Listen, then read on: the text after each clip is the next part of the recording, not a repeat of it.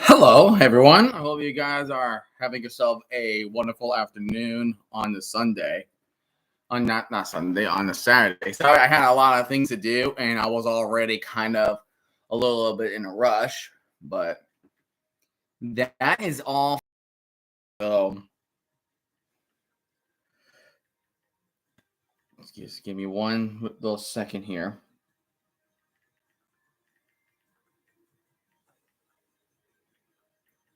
Give me one little second.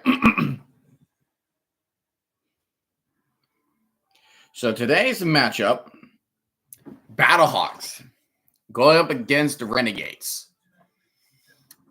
These two teams had it rough last week. They certainly had it rough. Especially, what's up, Thomas? How are you doing? Hey, your Battlehawks, man, your Battlehawks was rough last week. Turning the ball over 4 times against the DC Defenders, their most hated opponent, is definitely not what you want to see when you are coming into this week. Because this game, with these two teams, whoever wins gets guaranteed second place. Guaranteed second place or better. Because here's the thing. That's why I say guaranteed at least. If Battlehawks win and Defenders lose, they're still going to be second place because tiebreaker for the DC Defenders. But Renegades, if they win, that means and the Defenders lose, then it's the Renegades that will be in first place because they have a better conference record than the DC Defenders. Because it will be 2-0 versus 1-1. So that is the whole thing that we are having today. And yeah, these are two teams that are because one of these teams are going to be they're going to start from 2-0, but they're going to end up 2-2. That is what is going to be guaranteed in this matchup.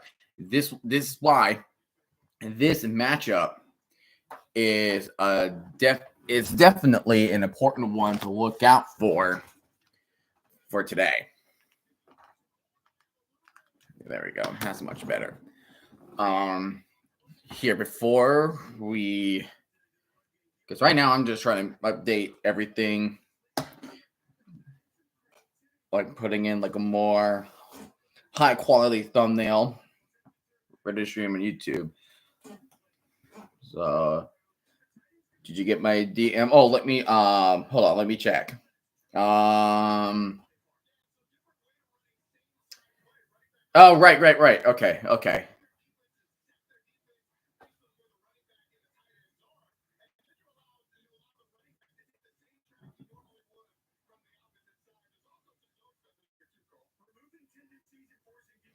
Yeah.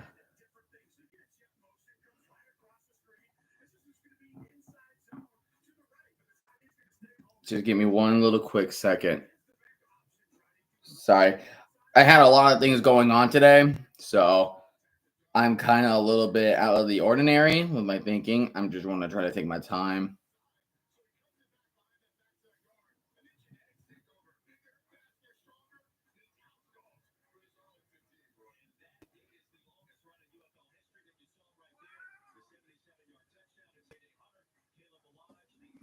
Okay.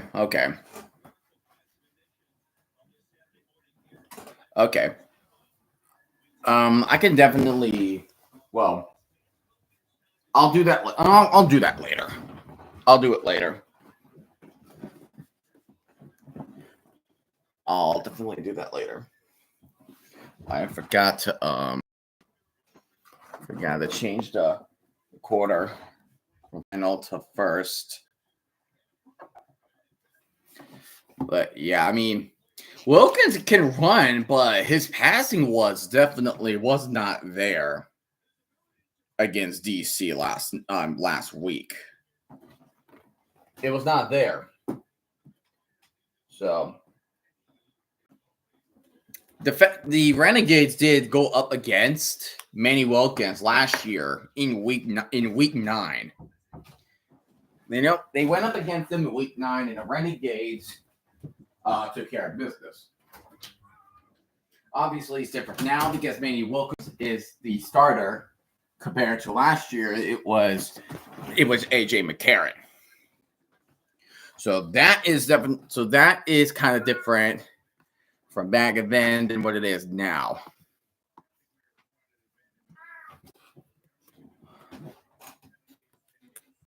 I'm gonna pull up the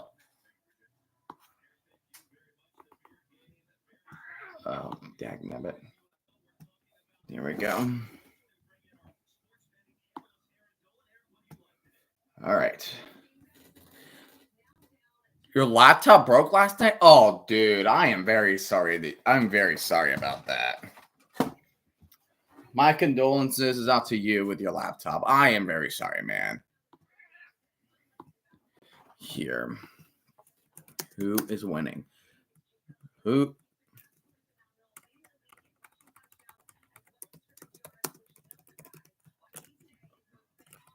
See, Battlehawks or Renegades. I almost misspelled Battlehawks.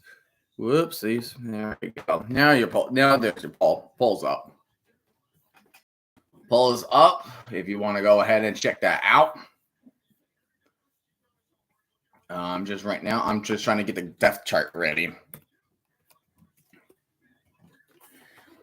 Or Battlehawks versus Renegades.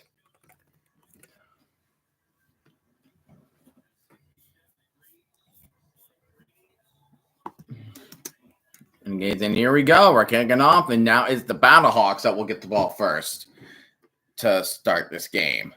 And he will get shoved aggressively out of bounds at the 25-yard line. Dang it, Cat. You're freaking... His tail got caught on the cord, and he already got it. Already to a great start. All right. Depth chart, right? Yeah, so Manny Wilkins coming back. Here we go. I'm gonna pop out the chat. There we go. That's much better.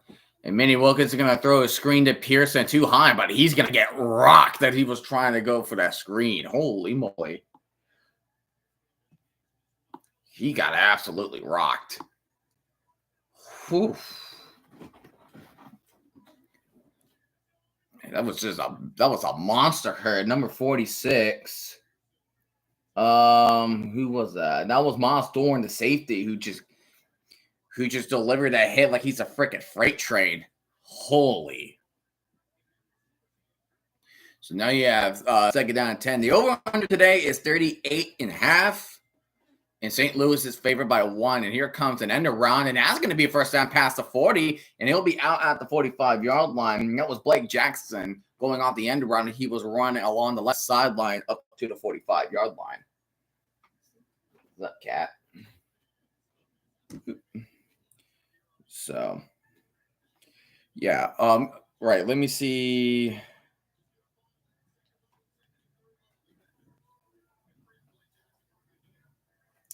Oh, damn. Oh, dude. I'm so sorry. I'm now seeing the picture on your... I am really sorry. That's unfortunate. First down and 10. Play action. Wilkins going deep right side. 1-on-1. Does he get it? No, he does not. That is incomplete. That was Gary Jennings, the intended target on the play. No catch for the Battlehawks right there. So they're going to stuck with second down and 10.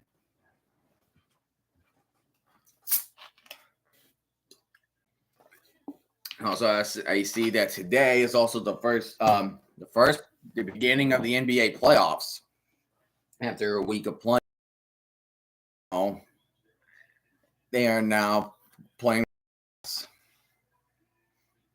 Second down and 10. They're going to pitch it to Jacob Sailors. He will head to the right side, but no gain will be made on the play. Gene Harris was one of the players to chase him down and force him out of bounds. So now the Battlehawks are going to face a 3rd and 10 on the play. I want to laugh. What's up? What do you want me to laugh about? What do you want me to laugh? What do you want me to laugh about? 3rd down and 11 for the Battlehawks.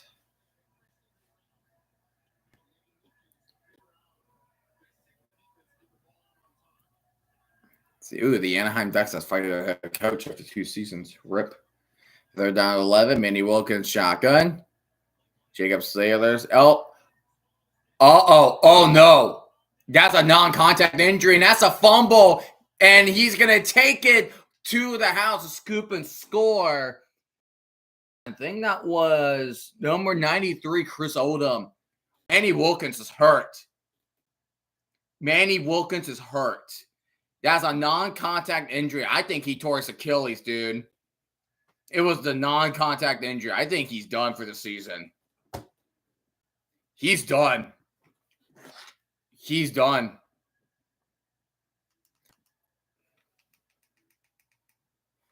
He was trying to run up the middle when he get the snap, but nobody touched him or anything, and he just went down the moment he was trying to take off.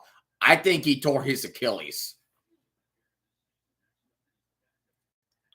I think he's done. So with that being the case, looks like Max Dugan will be the one to come in. Yeah, so here's Wilkins. Yeah, his right leg gave out, and he just let go of the ball. He was not touched. Nobody was touched. So he let go of the ball. You can't really blame Manny Wilkins' fault for that. Because if you're tearing that, it's going to hurt. And they're going to step aside for a commercial break. Damn. Dude, what the heck? That's awful. Really awful. That's terrible.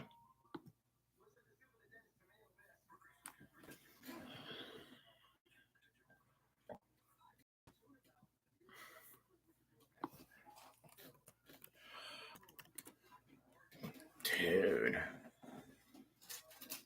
That's bad.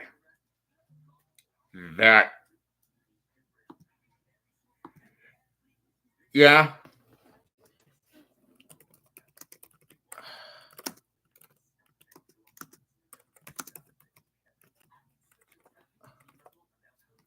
Planet area, I believe. Yeah, oh my gosh, I can't believe it.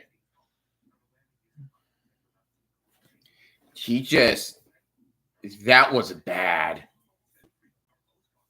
That was just.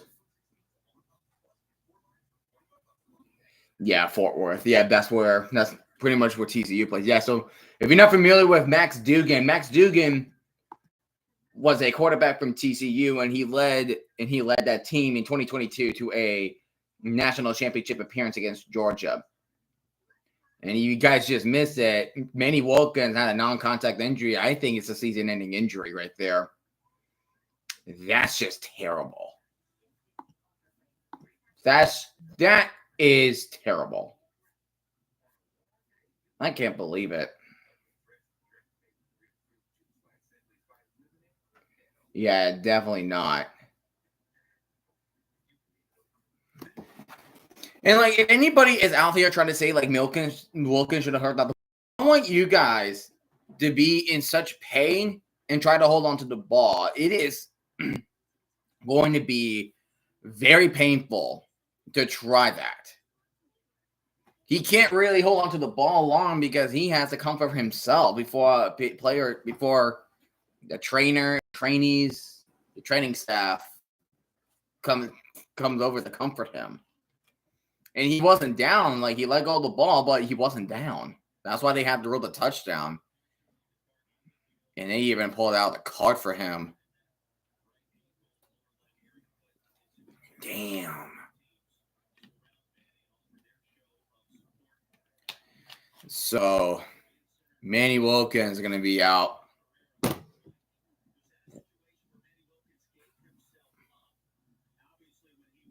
Yeah, that's a good question. What does Mike Pereira think?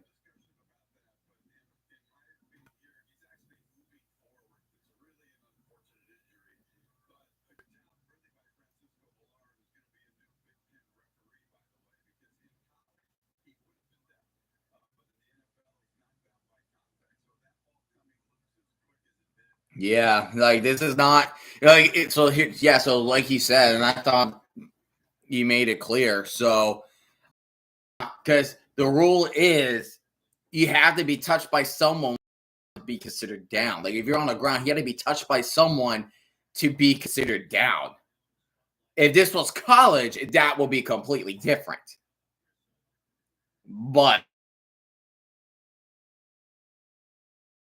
you know what? Like as much like the Battlehawk fan, like how much like the Fed fans hate Battlehawks. I can't. That was terrible. Like I feel bad for them now. I feel so bad.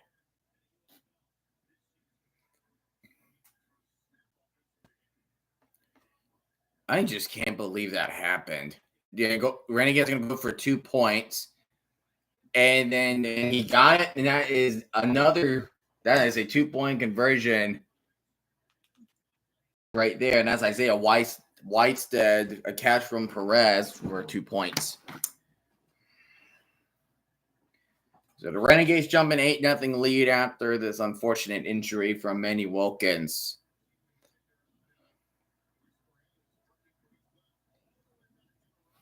Today's not my day. One of my players is now gone for the season. Laptop is broken and work's just going slow. It's just, I'm really sorry, man. I'm really sorry about that that snowball effect.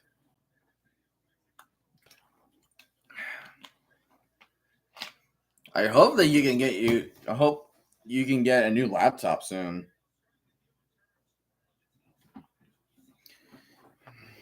Yeah, like when the moment Wilkins went down, he just immediately grabbed onto his leg. He didn't even want to hold on to the football anymore. He just grabbed onto his leg. Like if that does not tell you that he was in that much pain, I don't know what it is.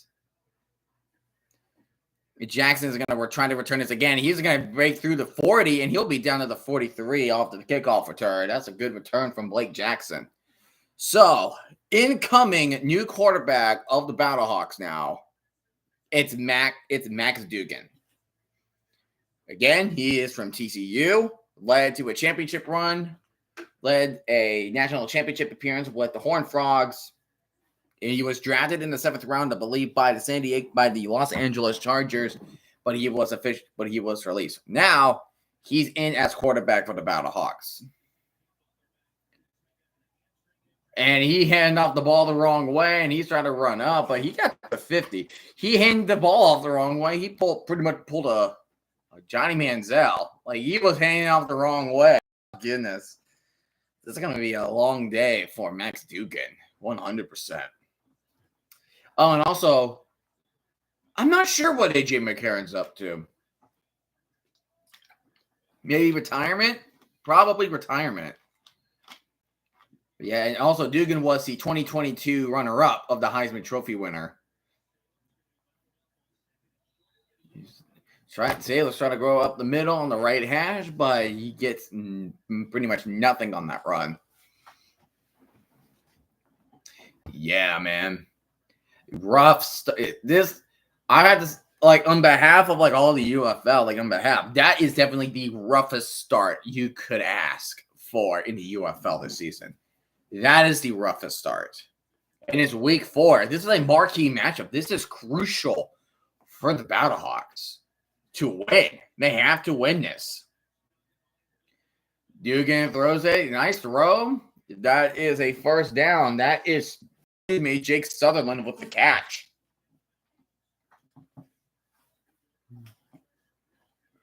But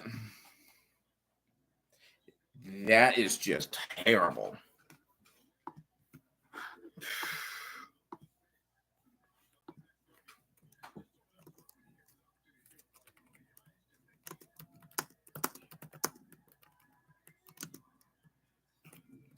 And here comes Dugan. He's going to go to the left side, and he's getting some passes in. He's doing quick releases. I mean, that is a good thing for Dugan. He's throwing quick release passes.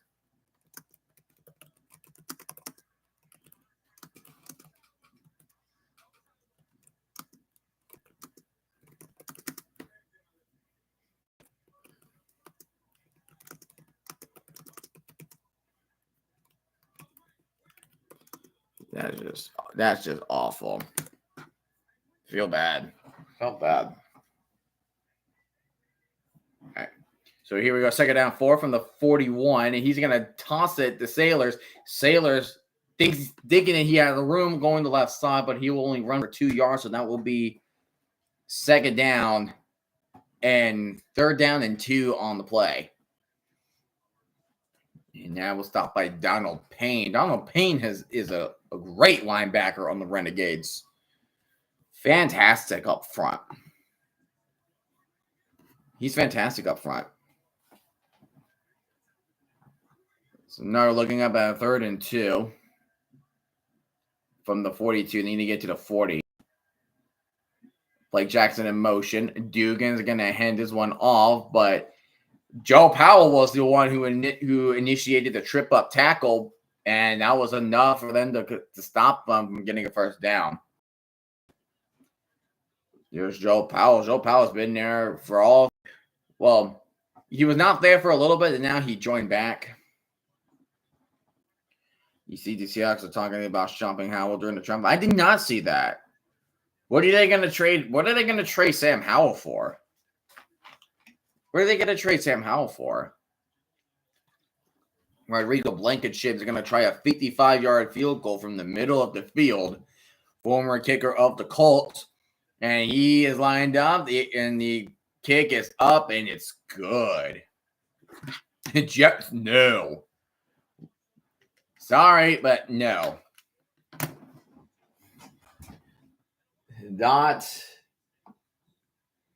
It's not what we want. We do not need him to the Jets. We do not.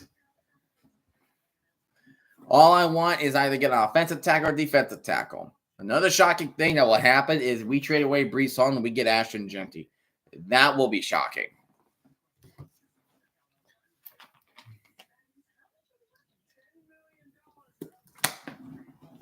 Yeah, it would be shocking.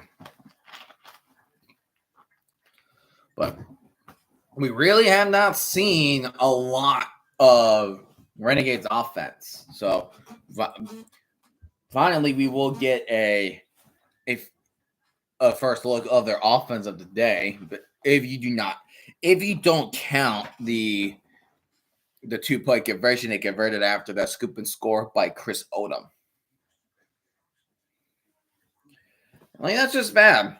That's just really, like, that is just a really unfortunate moment for the Battlehawks. I just feel bad.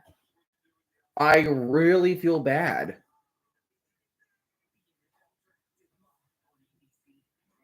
What more can you bring in, you know? Here comes the NFL draft coming up next week.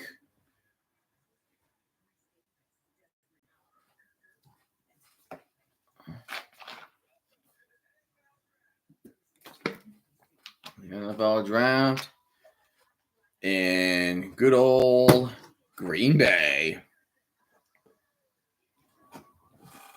In good old Green Bay. Can't go wrong with that.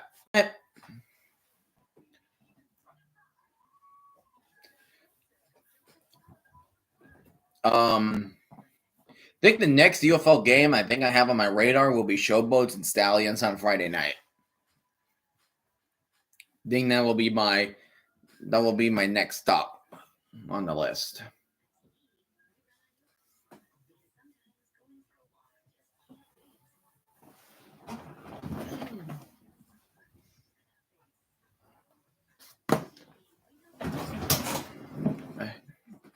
Draft stream.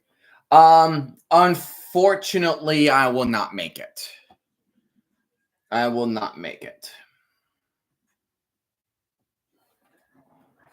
Unfortunately. If something else happens, then I'll let you know if I'm able, but because me and my girlfriend, we have full-time jobs now. We're trying to adjust, like we're trying to save up. We're trying to save up so we can try to live together. And we're just thinking seriously of saving up. So we're only like seeing each other on days that one of us is off. Hey, as long as you guys are doing it, I'm happy for you guys. I'll be definitely happy. And so now the Renegades are going to take it, and that is going to take it, and he will be tackled around the 29-yard line.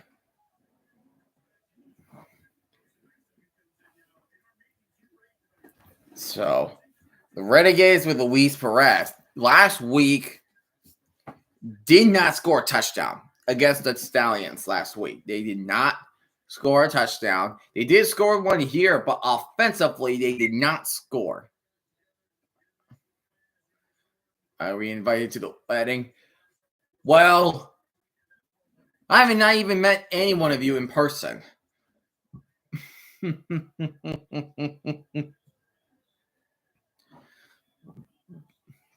Kalen Balaj will be in motion.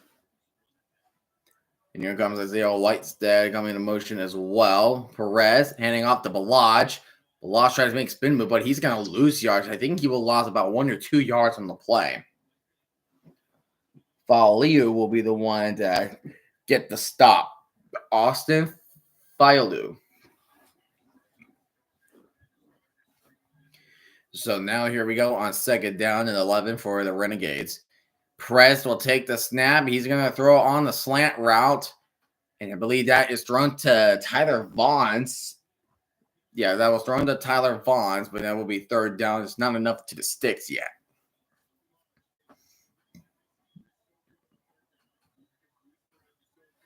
So now they're looking at a 3rd-and-3 situation. The Battlehawks really needs to force a 3-and-out onto Arlington. They need to force a 3-and-out.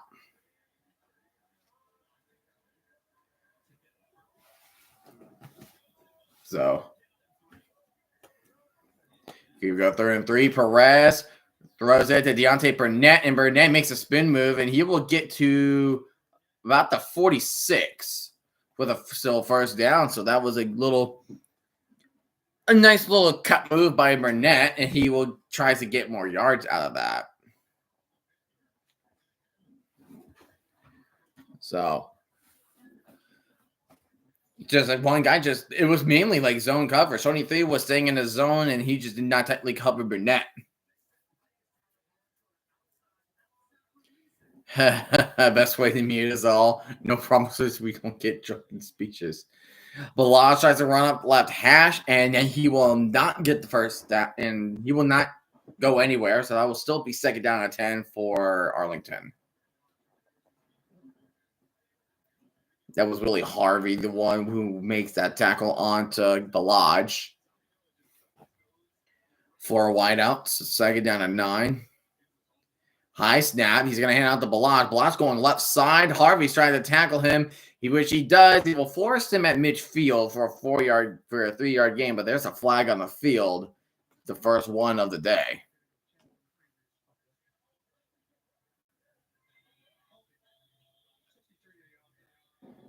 Holding on 63. So 10-yard penalty for the Renegades.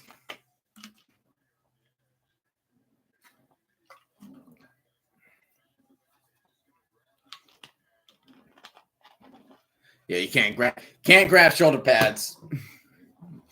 I think that is just football in general. Just don't grab the shoulder pads. But so now you're facing second and 19. Yeah, the two linebackers. Yeah, well, Battlehawks have 2 great linebackers, Travis Feeney, and you also have Willie Harvey. Really outstanding player for that linebacker. Perez going right. That ball is tipped in the air, but it will be touched out of bounds, incomplete. That was Chris Payton-Jones that was tipping up the ball in the air, and one who was covering Tyler Vaughns. Great hustle from him, undercutting that route, preventing Vaughns from actually catching it. So, 3rd and long. 3rd and a mile situation for the Renegades. So we face it 3rd and 19. Let's see. Excuse me. Empty backfield. Daddy Hunter goes out in motion. Perez will do a check down to Vaughns, and Vaughns fumbled the ball. But Hunter then scooped it up, and he will get about 2 yards from the line of scrimmage. And that is 4th down for the Battlehawks. Hey, Tugboat, how is it going? Nice to see you. Nice to see you as well. Welcome. Arlington and St. Louis. You missed a good amount so far. I know it's just the first quarter, but it was the amount you missed. Manny Wilkins just went down. Non-contact injury. The quarterback of the Battlehawks, he's out for the game and potentially for the season. So Max Dugan will be the quarterback.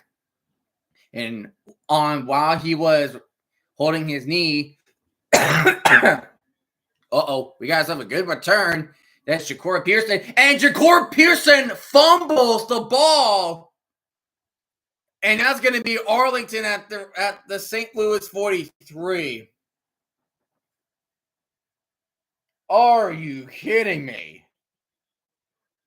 Wow. That's the 2nd turnover. No, that's fumble. Wow, you eating fried chicken for breakfast? Hey, does it come with waffles? Thomas, I am so sorry. Yeah, no, because when Manny Wilkins went down for injury, he let go of the ball to hold his leg, but he wasn't down. So Chris Odom of the Renegades scooped it up, and he just ran it for a touchdown. So 2 very unfortunate turnovers for the Battlehawks. Going deep, and there's just nobody open and covering the seam of Sal Cannella. He'll be down around the 14. These Renegades are really motivated. When the Renegades are up and they're down, see, no one was following Sal Cannella. Who was covering Cannella on the seam? No one was covering Cannella on the screen. On the seam. Whitestead coming in motion, and he comes up a lodge. He will go up the middle, and he will gain about 3-4 yards. But oh man, this meeting week 4 script is going to be something. This is going to be something. Where's 2-0? Oh, are you trying to forget that you guys lost to us as well?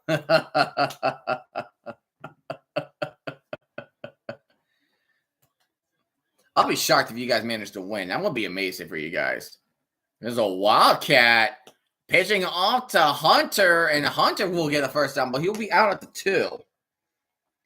It was Seth Green, the tight end, with a direct snap, running on the left and option it or just pitching it to Diddy Hunter. Wow.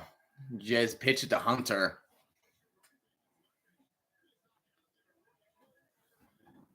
Wait, what? Wait, hold on. The defenders out the L and Battlehawks. That's just... The timing was just off for that. You can't even, the joke you sent, the defenders out the L in Battlehawks. You can't make this up. You can't make it up. That was just bad timing. That one was just really bad timing. Ja'Cory Pearson fumbles. So that's 2 turnovers. Half of what they had against the defenders. Play action. Oh, he had it. And that was Holton Ehlers that was trying to run out to his left for a pass to Seth Green, but that ball will be incomplete. Could have gone to the hands of Seth Green if he was just able to catch it. If he was just able to catch it, then everything would just be fine and dandy from there. So now one more chance potentially to take the lead, to extend the lead for the touchdown.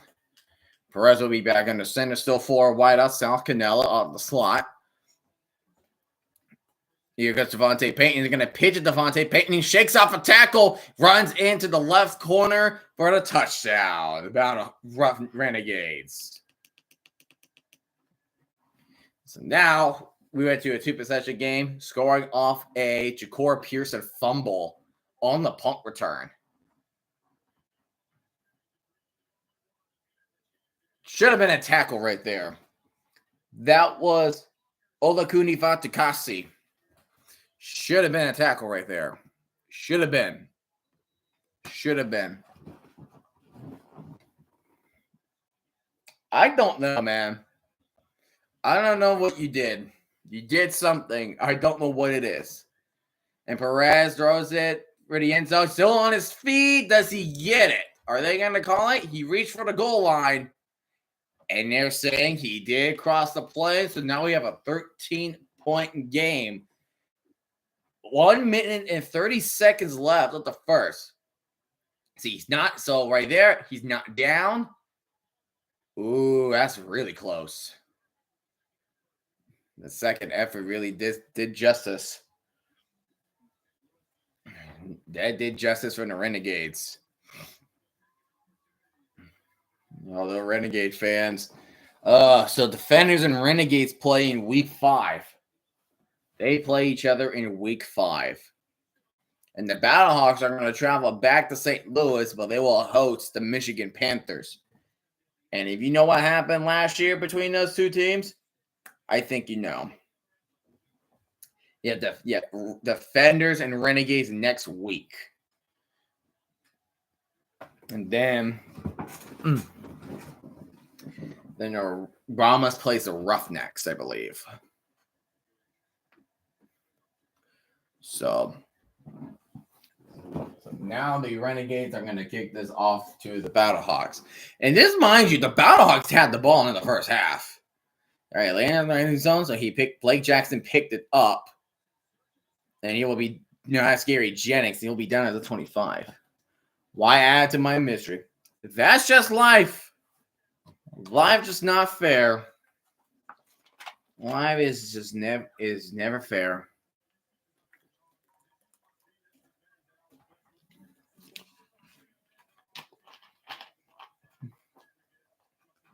Life is never fair.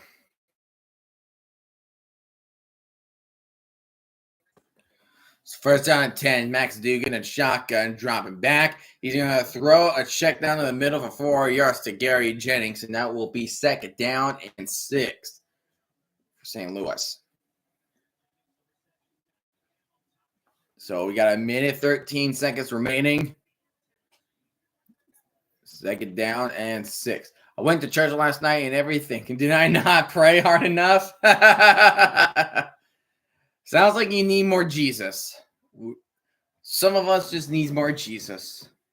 Second and 6, 55 seconds. I'm going to hand out to Jacob Sailors. But Jacob Sailors gets stuffed up the middle by the likes of Donald Payne. Donald Payne bringing in pain. That is unbelievable.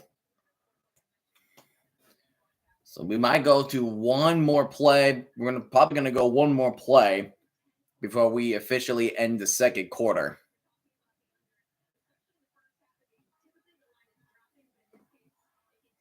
Yeah, right now the live lines are Arlington's now figured by 11.5, which is ridiculous given the circumstances. 3rd and 7, empty backfield look for Dugan. Dugan dropping back. Payne with the blitz, and he connects his man. That's Denzel Mims, a former New York Jet. Second round of the 2020 draft, and he will be tackled at the 45. And that's how they're going to end the first quarter. And the Renegades are leading this game 16-3. And Battlehawks will have the ball when they come back. But wow. End of the second quarter. No, it's the end of the first quarter. My bad. I'm sorry. I'm just a little out of it today. But I'm doing my best to still give you guys some materials. But you like me being stupid anyways. So there you go. So end of the first quarter, it is 16-3. But yeah, that was a start. That was a start to the game. That was a definite start to the game. I'm checking out the stats right now. I'm going to check quarter stats. Let's see. Max Dugan so far, he's 4 for 4 for 31 yards. He's 4 for 4, 31 yards. And Luis Perez is 5 for 6, 51 yards in that touchdown. In the touchdown. It was technically, I think it was a shot pass to Devontae Payton that ended up being a touchdown. Yeah, Denzel Mims, that long catch he had, that was meant for 17 yards.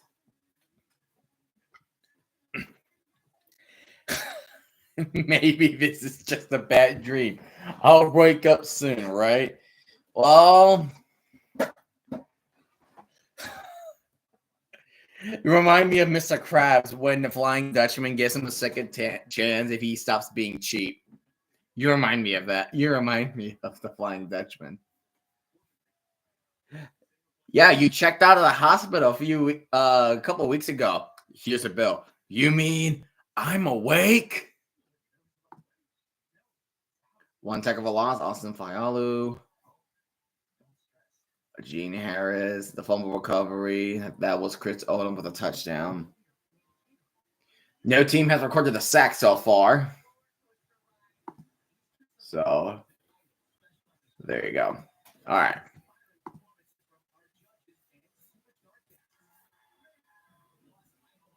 Oh, yeah, there's a couple of good Battlehawk fans. Some guy saying we're so beyond cooked is not funny.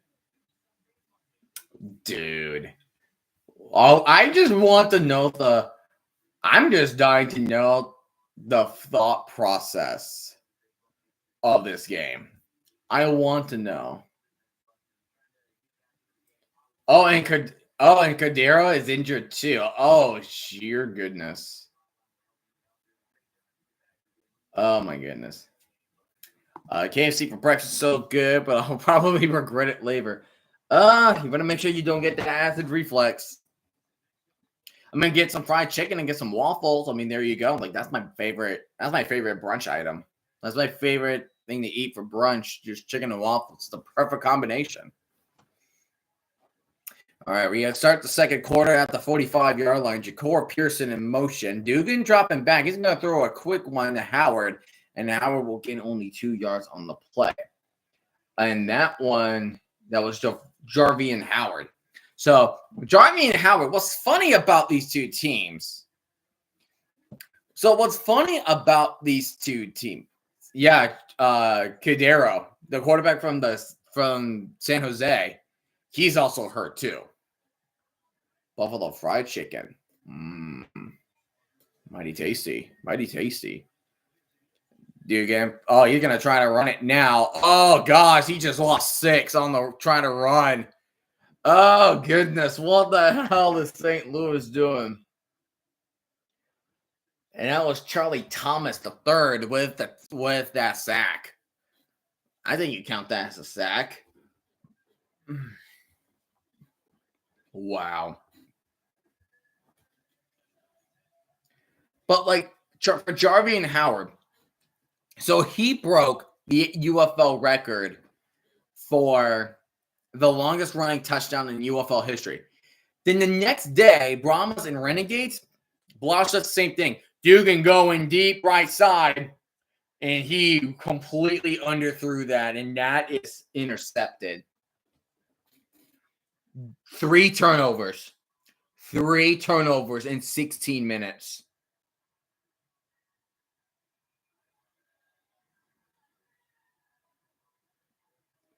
Three turnovers.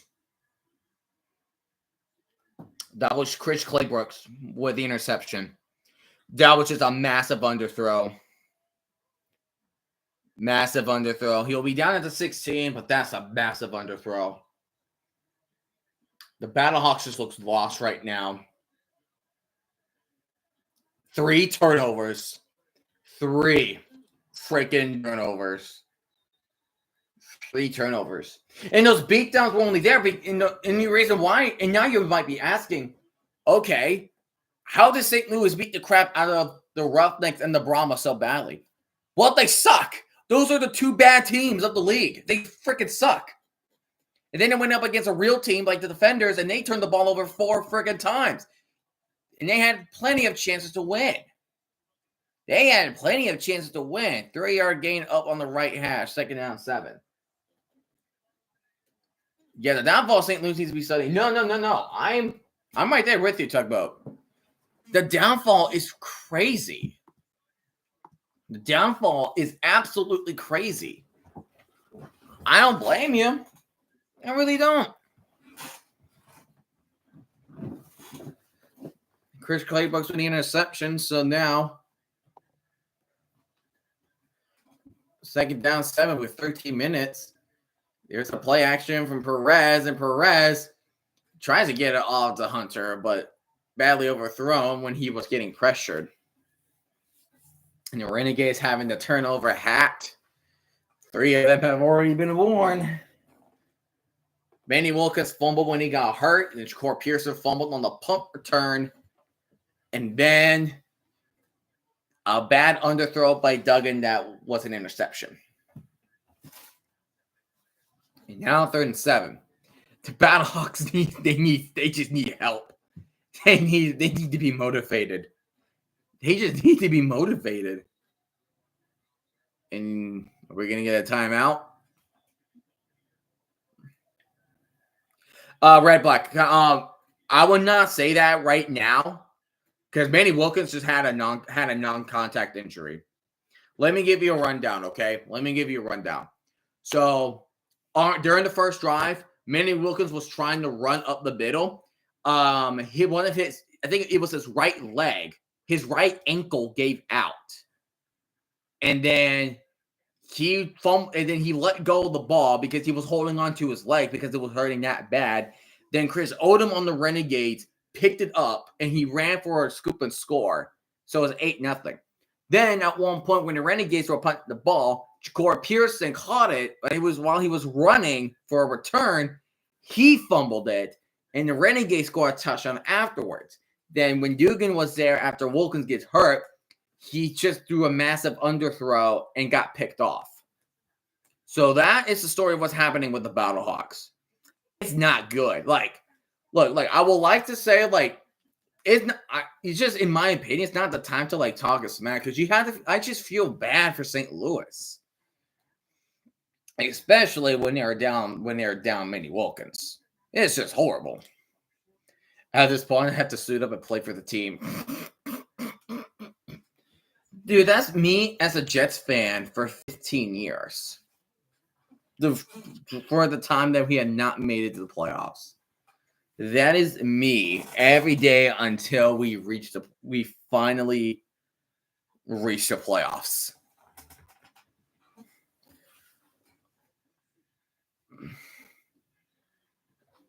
Yeah, I hear you. I'd rather root for the Alliance. True. You gotta. True. That is true. But hey, Easter, Brahmas, and Defenders. So weird that they're playing. It's so weird. If you're wondering, I'm not going to stream that game because it's a holiday. Also, thanks for including my comment. No problem. The thing, so the whole thing.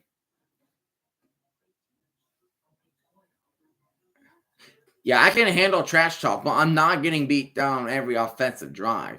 If the injury never happened, trash talk would be more justified. Well, yeah, here's the thing. It's because here's the thing. It's if Manny Wilkins was not hurt, and it's this, then it's the trash talking is different. But since Manny Wilkins went down non-contact injury, I can't really talk trash to St. Louis for sucking. I can't do that. That is just not fair. That is not fair. That is out of anybody's control. That is out of the team's control. It's out of our control. That is out of our control.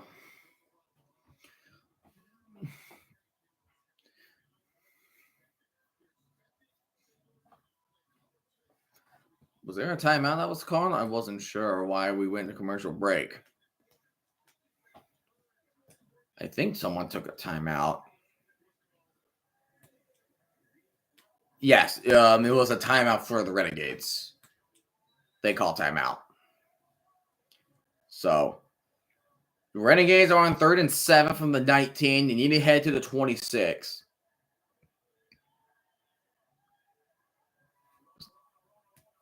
They might bring in 5. Here we go. Perez dropping back, and he's going to throw a good one. Whoa, good catch. Just good placement for Isaiah Whitestead.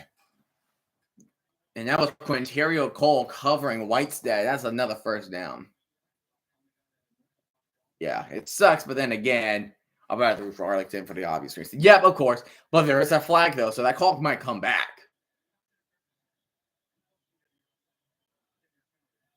Oh, pass interference on the Renegades. Offensive pass interference. What do we think of that? Let's see what happened. Was it a pick play? It might be a pick play.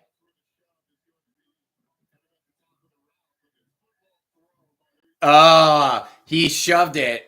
He shoved him with one hand. Like he shoved, like he just extended his hand. You cannot do that if you are the team, if you are the defenders. So right now, 3rd down 17. So Renegades are holding on 3rd and 17. I feel like in the Renegades only beat their Battlehawks one time. Oh, and then it looks like Bob Stoops has thrown a challenge. He has thrown the challenge flag. He's challenging that pass interference. I don't know. It looked obvious to me.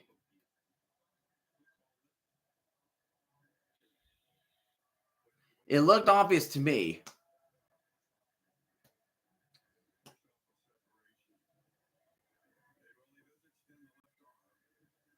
Let's see.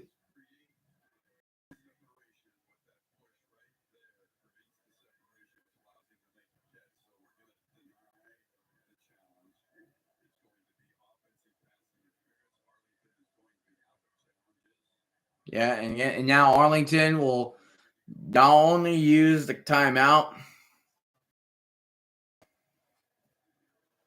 Can we do what the Jets did against the Bills? Just have an upset win in our starting quarterback towards.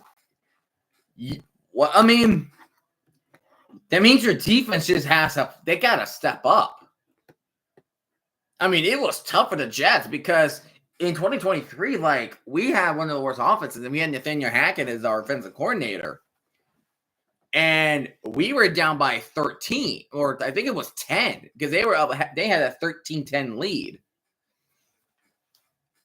for a bit. But then the Jets defense just came and shined.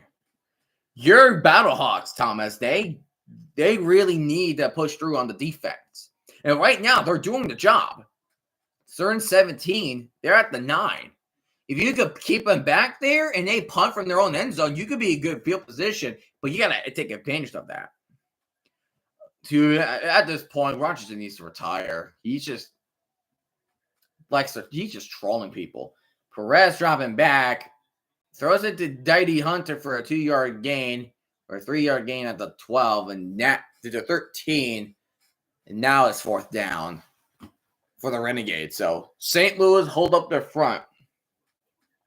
But I don't know why, like even like from a live perspective, like when they showed the initial replay, it really, really looked like pass interference to me. It really did. Why challenge that? And here comes the punt. And Ja'Cory Pearson will be the one. I forgot to change possessions. And here comes Ja'Cory Pearson again. He's going to try use his speed, but he will be tackled at the 30. So the Battlehawks, Max Dugan, will start at the 30-yard line.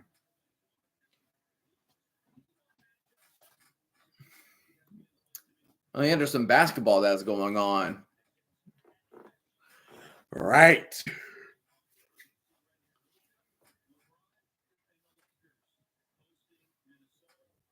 The Pistons and the Knicks. What an interesting first round right there. Yeah. Yeah, I never moved the marker. No, that was my fault. That's my fault. It's Battlehawks ball now. Say Knicks and 6. Okay. Sailors going up the middle. Okay, got some good yardage up the right hash. That is a 6-yard gain from Jacob Sailors. Yeah, sometimes I just forgot to move so I just forget who has possession. That is definitely my fault for that. Second down and 4. We are gonna reach to 11 minutes of the quarter, and we reached halftime. Dugan in shotgun with Sailors right beside him. That might be offsides on Renegades, maybe. He jumped a little earlier than I thought he would. But it looks like they are not going to call that. But now you're looking at a third and short situation going against a tough front seven of the Renegades. Who won the Panthers game last night? Panthers won against the Showboats 27-9. So the Panthers are 3-1. The Showboats have an 0-4 record. So here we go. 3rd and 2 from the 38-yard line. You need to go to the 40-yard line. Max Dugan handing out to Sailors, and Sailors going up. Yeah, it looked like he might got it. Or are they going to call it short? Oh, they're going to no. He's signaling this. They're removing the chains. Bucks guess what? Can they please fire the head coach? Is your head coach still that freaking guy, Doc Rivers? Is he still the head coach?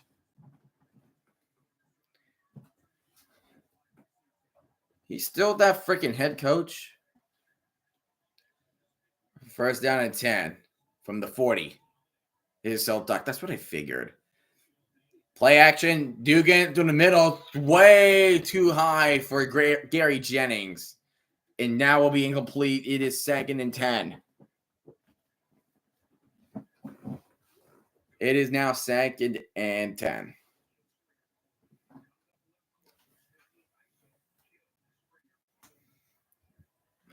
The Battlehawks got to score. Like, they need a touchdown to make a one possession. OKC in 4.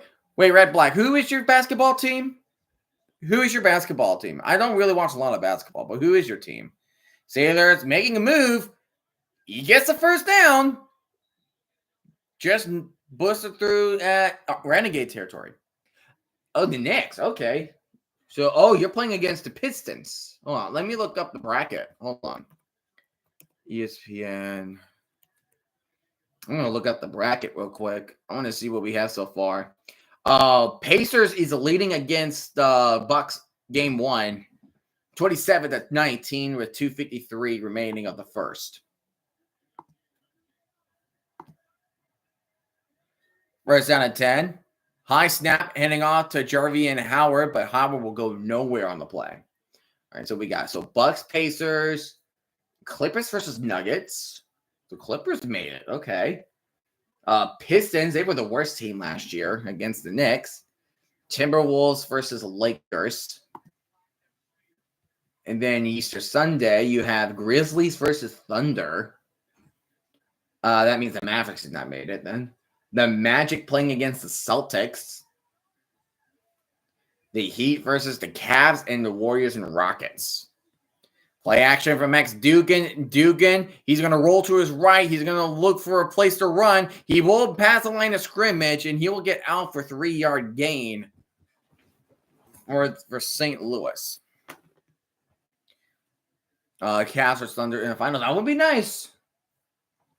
Or it will be nice. Get the Pistons in. Get Pistons in the finals. I'm going to look up hockey playoffs. I'm going to see how that happened. All right, so Blues versus St. Louis Blues versus the Winnipeg Jets. Colorado Avalanche versus the Dallas Stars. I see. You're going to drop it back there in 7. He's going to try to run up the middle, and he's about 3 yards short. So you're just outside. I don't know if you're just outside. The Pistons with the finals had to be studied. Nah.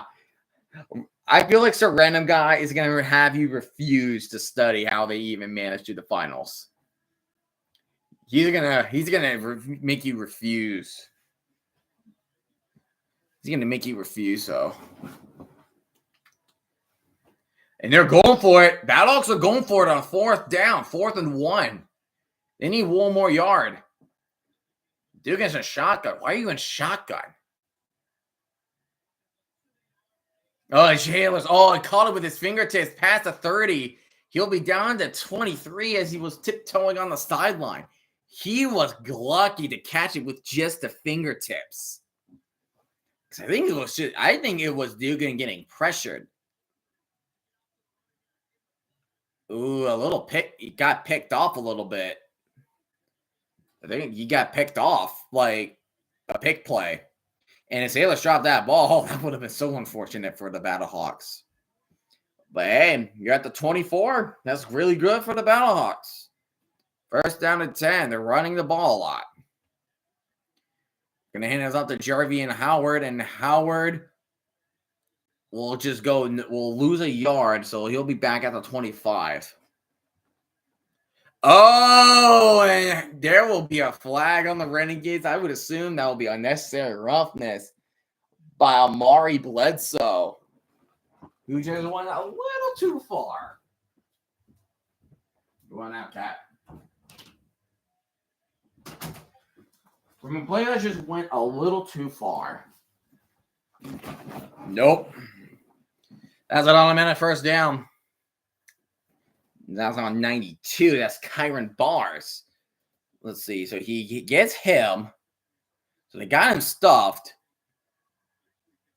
And then both players just, at the same time, just push both of them to the ground, push him down to the ground way after the whistle was blown. So 1st and goal for St. Louis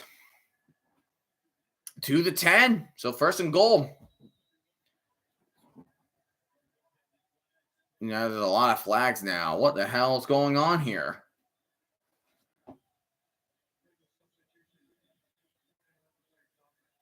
Illegal substitution on St. Louis, and that would be 1st and goal from the 15. Oh, dude.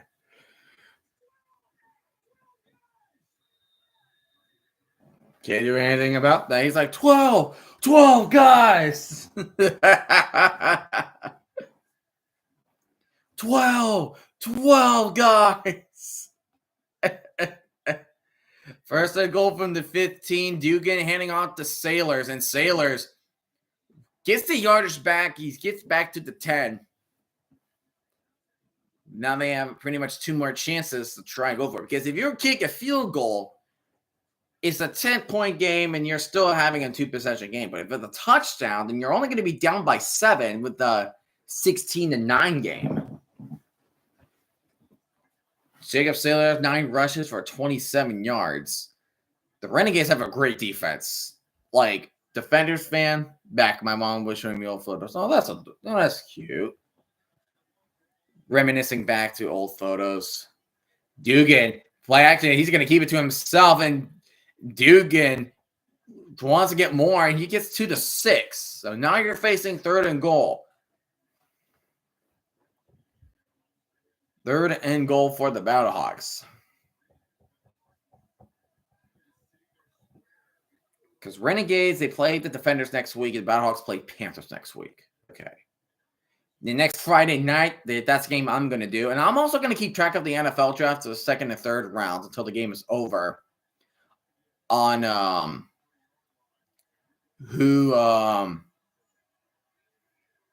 will be Showboats versus Stallions next week. That's the game I'm going to do next. They're in goal, drop it back to Dugan, and he's going to take the sack, and that is Chris Odom, the former roughneck, former gambler, with the sack, and also the guy who got a scoop and score off the Battlehawks when Manny Wilkins went down. Just nowhere to throw. Nowhere to throw and nowhere to run, and Odom was the first player to get him. Brahma's got Houston at home. I'm praying we aren't the worst team in Texas. Oh, dude, if you lose to Houston, I am going to laugh.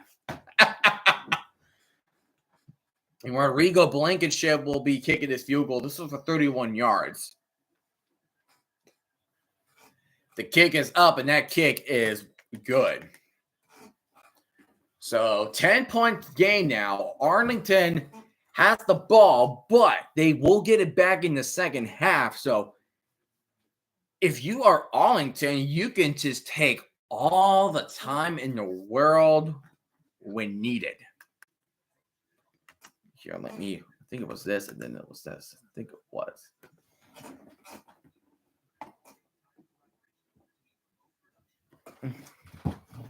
But, yeah. Texas love the UFL. Well, yeah, I mean, but here's the thing, just in general, you can't have football without Texas.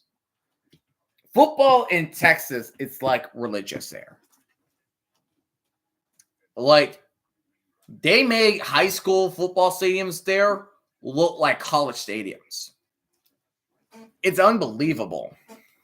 Texas is the home of football. It's the state of football. Like, it matters all the way around. You know, like, why? Because here's the thing, like, why have a little bit of national coverage? I mean, yes, there are, like, other schools that are really big, like high schools that are big, like IMG Academy of Florida, for example, and one big, great school, I think it's St. Francis, that is big in Maryland. Texas, the football state. Yeah, it's a football state. It's the football state. And I'm going to turn the fan on because I'm getting a little hot. But Texas is the place for football. What are you talking about? Pee-wee, high school, college, the NFL, or any other league you could think of. You can't have a league of football without any Texas teams. That's impossible. You can't. That just ain't happening, Chief. You still have an SRG prescription corporation sponsorship? I'm saving that for tomorrow.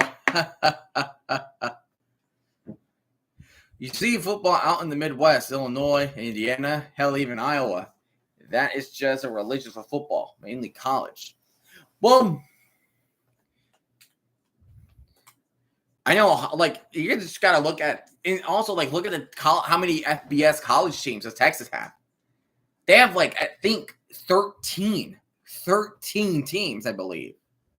That's a lot of teams in Texas. California has like 7. Florida, I think, has 7 or 8. Heck, Alabama, I believe, only has 5 or 6. Maryland only has 2. Virginia has 5. Yeah, I'll give you some. New York has 3. Yeah, Syracuse, Buffalo, and Army. And Ohio has 8. Ohio has 8. 2 of them are only power schools, power 4 schools. Ohio State, obviously, and then recently Cincinnati. And the returner for the Renegades is going to return to the 30. Chris Claybrooks will be the one returning it. No, what's returning it? Kent State don't count no more. Why? Because they went winless last year and losing to FCS teams. Yeah, Wyoming only has 1. Now Missouri has 2 because now Missouri State is in the mix. And then now Delaware now has 1 because the University of Delaware is now an FBS school. First down and 10. Heading off to Diddy Hunter. And Hunter running up the middle, getting help of the alignment, but only gets a gain of 4 on the run. So now Less than a minute left until we get the 2-minute warning.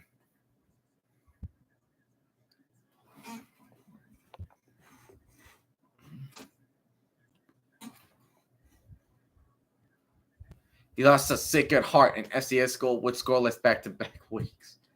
Washington has did Washington State. That's the same deal with Oregon. 2nd down and 5 for Perez. And out to Hunter again. Hunter bounces back. Gets some yardage, but he will only get about a gain of 2 or 3 on the play. And that could be the last game. Yeah, I already mentioned Florida has like 7 or 8 of them.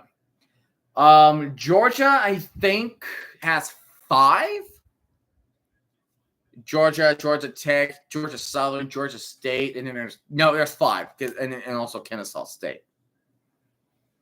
UCF Knights, Central Florida Knights. North Dakota could be North Dakota or North Dakota State. Are you talking the one with the Bison or the other or just North Dakota?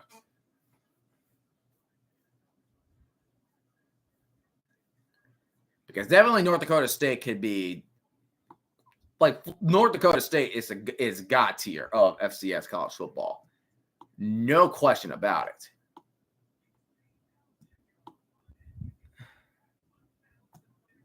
That's just a fact. Both could. Both could. Fair point. Any team assembled in North Dakota could beat Kent State. Man, no, Florida State last year was terrible. They were bad. Like you only need to tell me week 0 and week 1. Well, yeah, because because North Dakota State, because you're in the Midwest, like places like North Dakota, South Dakota, Montana, and maybe don't really need a big school of football. They have to stay at FCS because here's the problem. My high school varsity team could beat Kent State. Well, because if you're trying to move up, right? And if you're in the Midwest or on the top of the region, you're just going to pay a lot of money, you know? You get what I'm saying? You're going to have to pay a lot more money than what you have been doing. And there will be more FCS teams moving to FBS. Like, I believe 2026 in the Mountain West Conference, it's UC Davis and Grand Canyon. They're going to be joining the Mountain West in 2026. Not this year, but next year, 2026.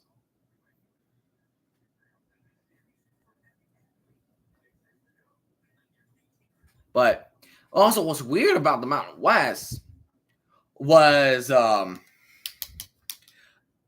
why is Northern Illinois now part of the Mountain West Conference? Why? Just why? Oh, Women's Gymnastics Championship in Fort Worth, Texas. Hey.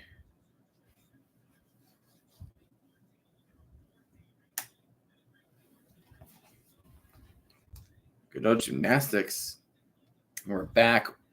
And we are back from the 2-minute warning. The Renegades are working on a 3rd and 2 situation. There are no mountains in Illinois. That's my point. It's weird. At the same time, UMass is going to replace Northern Illinois when they leave. UMass is returning to the MAC this year. Yeah, the Pac-12. So the issue with the Pac-12 is they have 7 teams, but they need to add one more to become an official FBS conference. They only have 7. They need one more to make it 8. Oh, Chris Payton-Jones almost picked off the ball, and that is 4th down. There you go, Thomas. The Battlehawks are waking up. But Gonzaga does not have a football program. They are in the Pac-12 for basketball, but they do not have a football team. The Pac-12 needs to have one more. Due to the Pac-12, given what we have been seeing conference alignments in college football, freaking Duke might be a cakewalk. Hell, you could put in Memphis. Heck, you could put you could put Memphis, or you could put in Tulane, for crying out loud. Only places near me to repair my laptops, Canada. No shot, really. Oh, the ball's gonna stay at the 16, at the 11. No shot that the places near you to repair laptops, Canada. No freaking shot. Maine University to the Mountain West. Hell, you could put. Well, UTEP is actually the Mountain West. UTEP is going to be in the Mountain West. I mean, why not put like teams like Texas State? I feel like the one possibility that you have to do if you are putting a team in the Pac-12 is you had to get one of the Mountain West teams or teams that are just way the hell out there, like Memphis or Tulane. Dugan's dropping back, and he's going to throw a missile to Denzel Mims, so that will be incomplete. So 2nd and 10. But yeah, the one thing, like, you have to either pick a team from the Mountain West, or you have to convince a group of 5 team that is nowhere near where the regional area of the Pac-12 is to join you. That's how it's going to happen. There's really no there's no validated option there.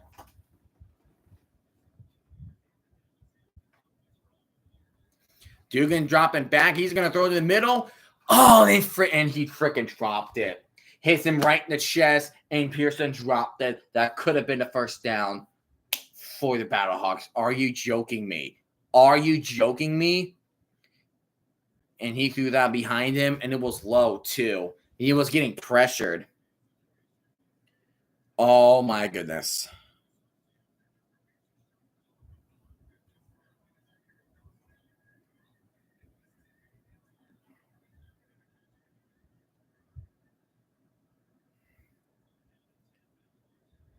So Max Dugan, with the pass, he's going to drop it back again.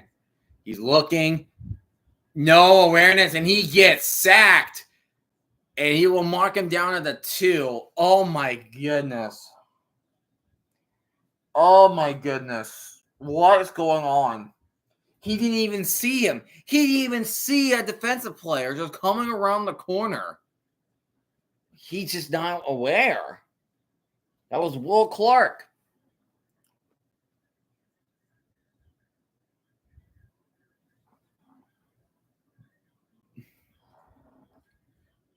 And that's definitely down. He's down. And Arlington. So 4th and 8. You have a rivalry. Air Force. I mean, Air Force is not terrible, but I'm not sure. Because Air Force Colorado State could be nice. UNLV to the ACC.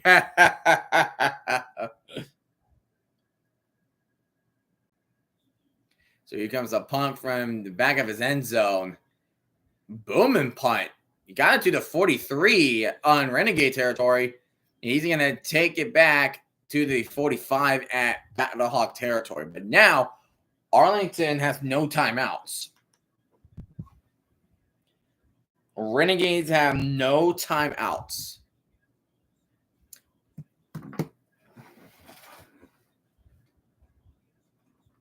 Oh, and next week's the Brahmas' first home game, so we can finally see the crowd in San Antonio for a change. Thank you. South Florida to the Pac-12. It's funny. It's funny enough to hear that South Florida was an option, but they need to find it, or else there's not going to be an official conference. None. 1st and 10. Perez handing off to Kalen Balaj. Balaj going left side, tries to stiff arm Feeney, but Feeney just throws them out of bounds. And there's a flag on the play. We have a minute and 7 seconds left. And it's a holding on the Renegades. Holding on Arlington again on 66. That was on Jake Johannan. Penn State to the back to have Oregon and Penn State switch. We had to play them at Happy Valley. That's going to be tough for Oregon. That is 100% going to be tough for Oregon at Happy Valley. Shoot. Dump off to Balaj, but he gets instantly tackled the moment Balaj catches it. 59 seconds remaining, and it's second down. The Renegades just need to get to field goal distance. That's what they have to do. They need to get to at least 35. I mean, Sam Houston is in Texas, but it's more on the eastern side of Texas, so I would not think so. And also, Sam Houston recently joined the FBS level in 2022.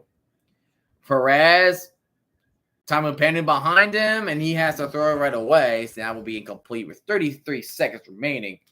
Third and 16. South Canelo was the intended target for Perez. I mean, it could work, but again, like you have to. I just don't know. I really don't know how any of this will work. I'm not sure.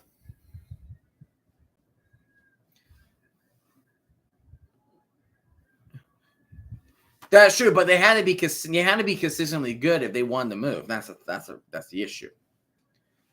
Third and 16, Perez dropping back. And he's going to try. He's going deep right side. Does he beat him? Vaughns catches it. And that is touchdown for the Renegades. Tyler Vaughns. What a catch. 52 yards. What the freak. Medors was the one that was covering Vaughns. Just great scrambling from Perez. Just sees them downfield. Chris Payton-Jones was covering Vaughns. Does not stop him. Wow. St. Louis. Oh, dear goodness. Oh, my gosh. What a dot and what a catch. You can't complain. Yeah, you can't complain.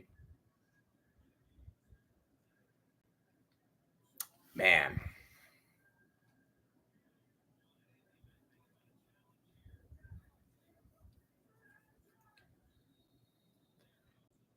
And then here comes the flag. What in a freak.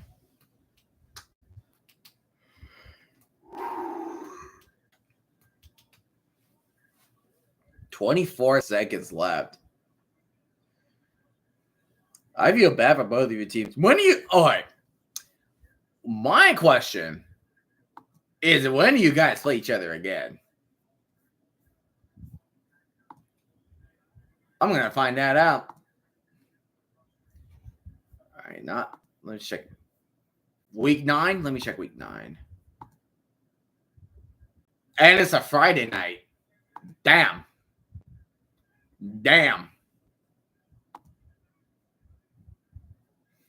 Yeah, schedule memorized. Dude.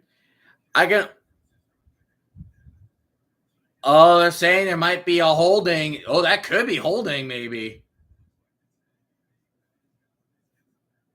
We could have a holding call, actually.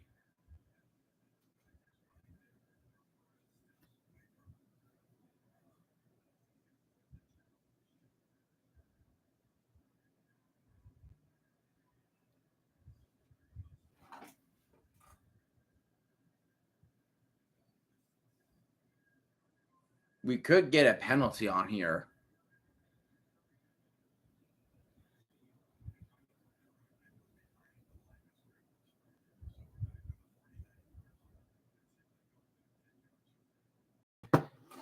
And that challenge is successful. So, good news for Battlehawk fans. You can take a deep breath. There is no penalty. There is a penalty on Arlington that will be holding. That is definitely a good challenge from Beck. I 100% agree with you, Tugboat. That is definitely a challenge. And he's going to end. He has another one in his pocket, unlike Stoops. I still don't understand I still don't understand why Stoops called that. I don't understand why Stoops would challenge out the pass interference call when it was obvious. Nope, not kidding. It's a nice challenge. It's a nice challenge. That's what's happening.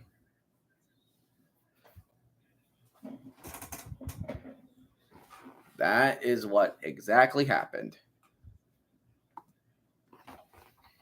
So now 3rd and 25. Just when I was happy. Presses a quick one to Sal Cannella. And Sal Cannella spinning around like he's the ballerina. And he will be down around midfield. Oh, looks like say, oh, not yet. Not quite yet. Hold up.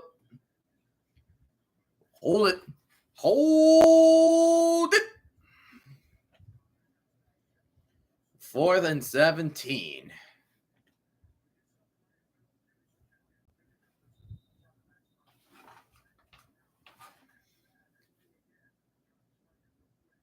They really, so Bag is telling Duke, and hey, just make a quick pass, go up and spike it. Doesn't matter. Team is garbage. Fraudulent 2-0 start. Waste of a team. They should be banished from the league after this team. Dude, if this was my team, if this was like my team, you will be dancing on the grave. 4th and 17. 19 seconds remaining. St. Louis has 2 timeouts now. And that will be a touchback. There's 13 seconds remaining. Oh, we're getting a little bit of a shoving, and we're going to get another flag here. What the freak? What is going on here?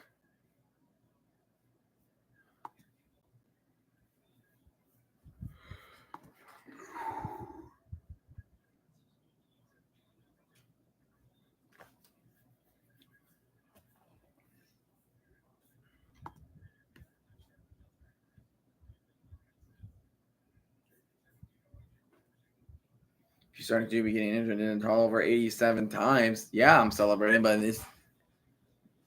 Yeah, I'll be frustrated. No, if I was you, dude, I'll be frustrating too. Offsetting penalties. Both teams got fouled for unnecessary roughness. So 1st and 10, St. Louis. So St. Louis will need to. So 1st and 10. I don't care who wins. Like, if I'm a fan, like the Defenders, I'm just enjoying a good game of football. And there's a false start onto the Battlehawks, so back to the 20. Ripperonis. And the Pacers are beating the Bucks 49-36 with 5 minutes and 25 seconds left in the second quarter of game 1. Rodrigo Blankenship. Hopefully he gets a shot ready for a field goal. That means you need to pull off 2 nice passes in 13 seconds. You had 2 timeouts, but you had to call the timeout immediately with the moment he goes down.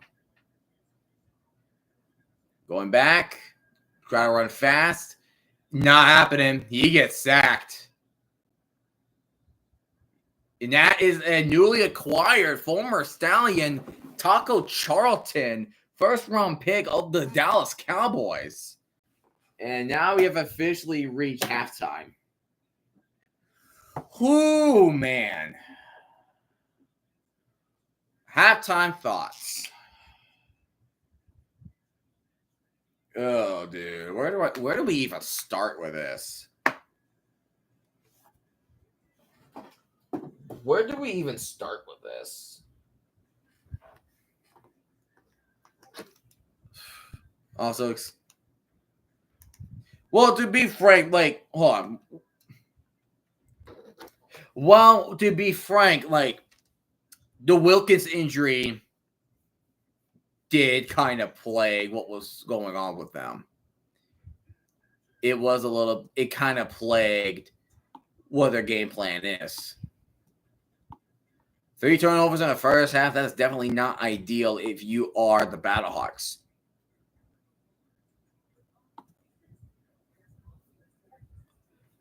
Like, I just feel bad, I feel bad for Battlehawk fans. Like, I'm just not the person that likes to prey on their downfall whenever they have a person that was injured. So let's take a look at the statistics here. So Max Dugan, 6 for 10 for 48 yards, and he threw an interception. And he has a rating of 32.5. Yeah, like Red Black, I hate to say it, man, but like this, like, it's not even an excuse at this point. Again, like, it's something that you can't do like this. Luis Perez, on the other hand, all right, 8 for 12, 68 yards, a touchdown, and a QB rating of 109. We almost had that long touchdown from Tyler Vaughn, but that was called back because of holding. Yeah, Denzel Mims only had one. Every receiver only has one catch. He's probably gonna call. That is a good question. Probably has a week off. Don't know where George Tessitore is for this week, and he's not doing this game. I'm surprised that he's not. And then you look at defense. 4 sacks. Renegades got 4 sacks on the Battlehawks. Charlie Thomas, Will Clark, Taco Charlton, and Chris Odom. Chris Odom is having himself a good game. Former Roughneck, former Gambler. He is having himself a nice day. Scoop and score and a sack. You can't ask for anything else. And you got the 1 interception by Chris Claybrooks. That was really good as well. And meanwhile, on the Battlehawks, no sacks. Only 1 tackle for loss.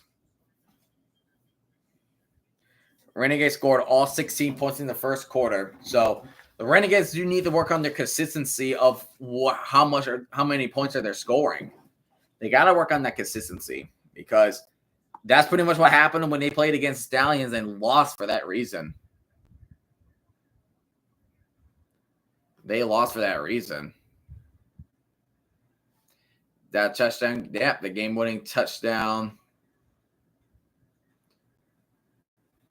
I was pretty shocked that the Roughnecks was the team to beat the Showboats. I just don't know or don't understand. I just don't know where the how the Showboats can be this bad, even if they have a talented roster. They have a talented roster. No question about it. I'm going to look at the stats so far. I want to see who's leading it. We'll do a statistic review. Let's see here.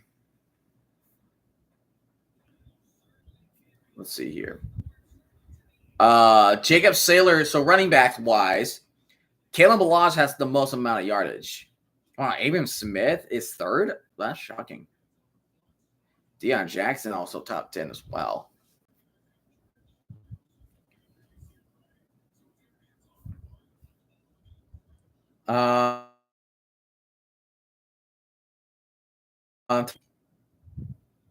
EJ Perry is the one who threw the most, who I think he has the most interceptions.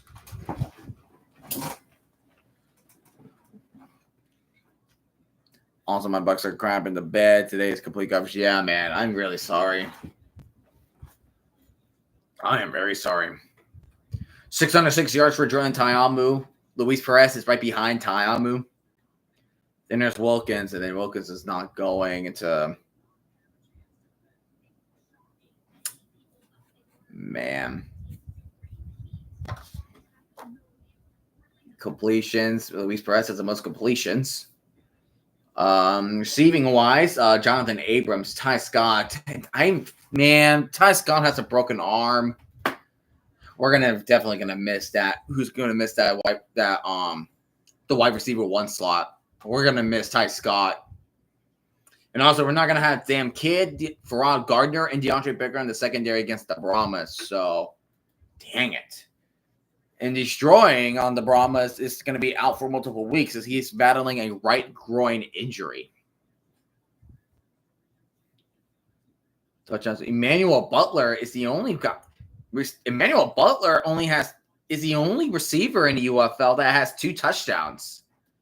Everybody else has 1. John Adams, Ty Scott, Roland, Kwame Lassiter, Deion Kane, Kay Johnson, Justin Hall, Deontay Burnett, Samson Dakua all have 1. They all have 1. Let me look at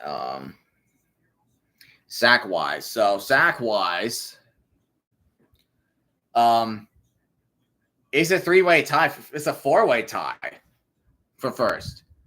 All have 3 sacks.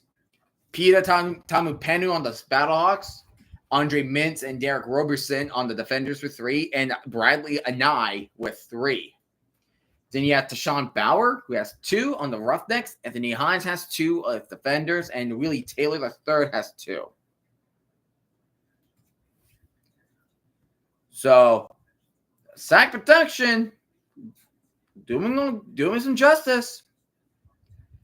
Derek Roberson has the most tackle for loss alongside with Bradley Anai. Keep an eye on Bradley Anai. That is a new face I would like to come around when we talk about the UFL. Keep an eye on Bradley Anai. Interceptions, G.J. Miller is the only guy who has 2 interceptions. He got 2 in 1 game against the Italians. And Andre Mintz had that 2 forced fumbles in 1 game against the Battlehawks.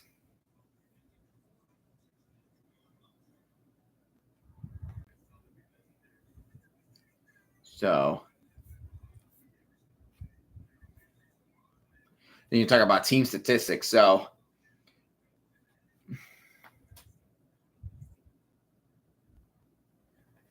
it's just crazy that the defenders are not in first by total yards per game average, rushing touchdowns, rushing average. We have the most passing TDs, though, and most total yards, but I don't know. The New York Jets to the UFL. Oh, you're so funny. Where have I heard that joke before? There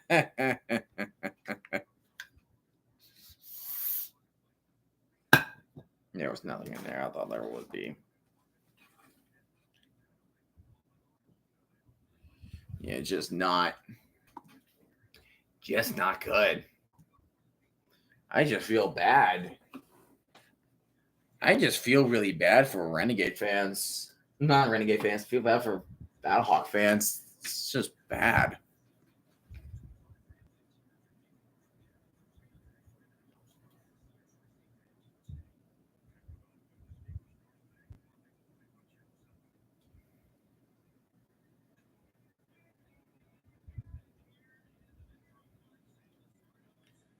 And we're about to start the third quarter. Okay. And again, Arlington will be the one with the ball. DC and the Jets switch leagues. Wait, Red Black, who is your NFL team? I don't think I've asked you that. I know who's your CFL team, but I never got the chance to ask what's your NFL team.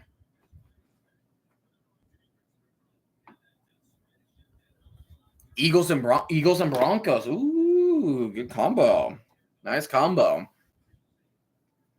I could get around with that.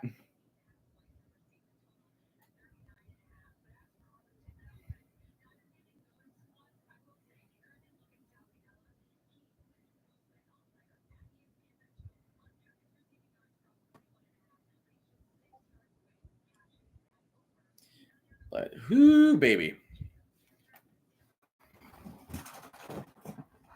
But Sal Cannella is 5.5 yards to reach his total.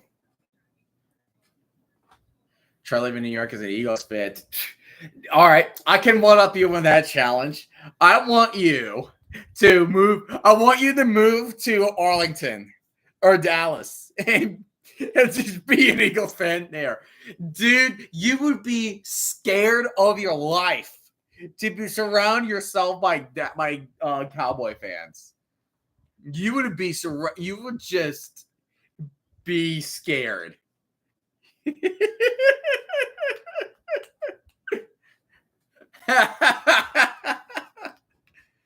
Dude, it's like Eagles and the Cowboys just hate each other. They just hate. I love that one clip, though, before the NFC Championship game. Bro, I'm scared to wear Brahma stuff in Dallas or Arlington. No, I love them. There was a clip before the NFC Championship game. They were Commander fans and the Eagle fans that got together and they're saying, "Screw the Cowboys! Screw the Cowboys!" Stuff like that. I almost got my butt kicked in the Denver airport because I was there in my Seahawks gear and talk crap. Well, all right. Rule of thumb. Let's see here. Don't talk crap to Denver fans as a Seahawks fan. Yep. Just Broncos and Seahawks fans. Yeah, they don't mesh together, especially after the beatdown that was Super Bowl 48. We don't talk that. Yeah, we don't talk about that.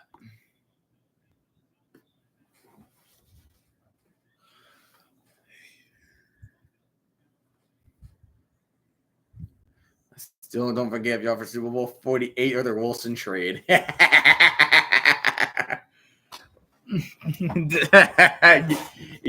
Get friggin' fleeced, dude. You guys got fleeced. Big time.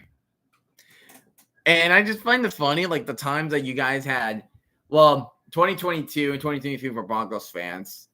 Because Sean Payton was talking smack to Nathaniel Hackett. Nathaniel Hackett ended up beating the Jets. And then the Seahawks, both week ones, you keep losing to Seattle. Well, not Seattle, but you know what I mean. It's just, I don't know, man.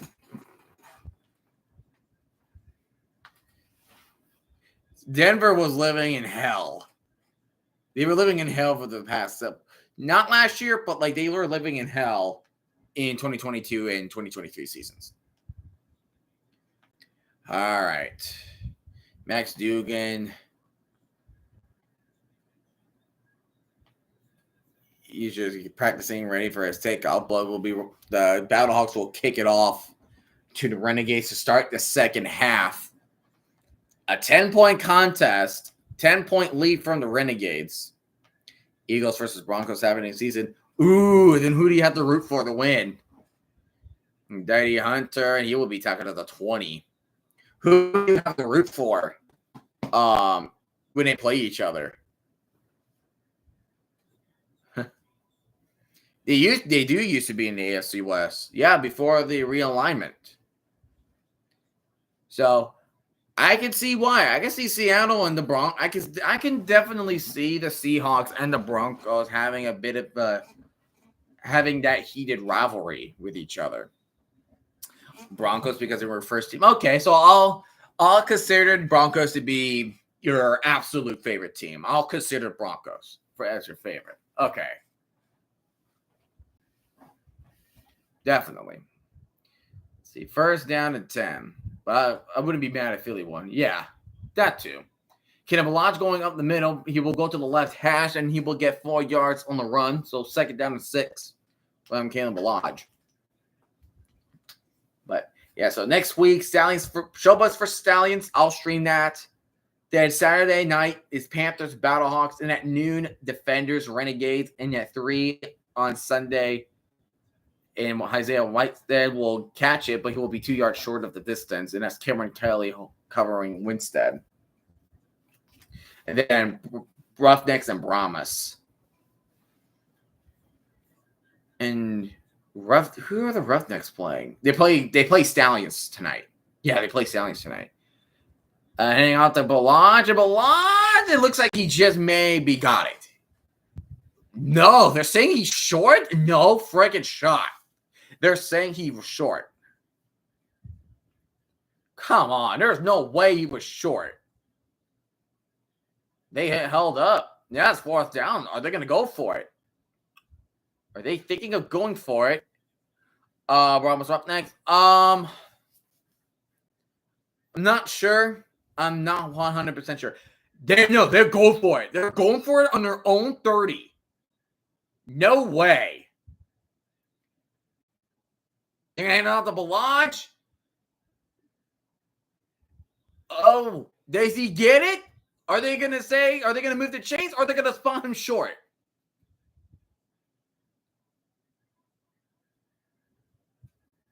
What are we doing?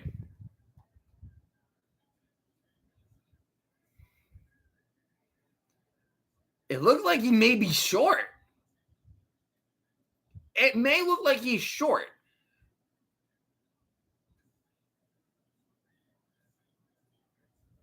That's St. Louis ball. Wow. They stomped him at the 30. Yeah. No, thanks. I like to keep my 2 first-round picks. You already fleeced you already fleeced the Broncos, so I'm good here. First and 10, Dugan heading on to Sailors. Sailors going left on the left hash, and he will be at around the 25-yard line. So that's a 5-yard run from Sailors.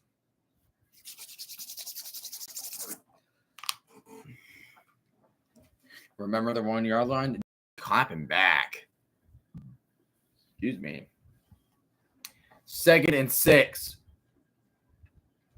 It's getting very sunny in Arlington in Choctaw Stadium. And remember, Arlington has no challenges, so they would not challenge anymore. But St. Louis still has one after winning one. Dugan tries to throw a bullet to Jennings, but that was quickly deflected. That was Jaden Price with the deflection off of Jennings. So 3rd and 6. So right now, over under 38.5. We have 22 points combined. So a St. Louis touchdown will be pretty nice for anybody that is betting over.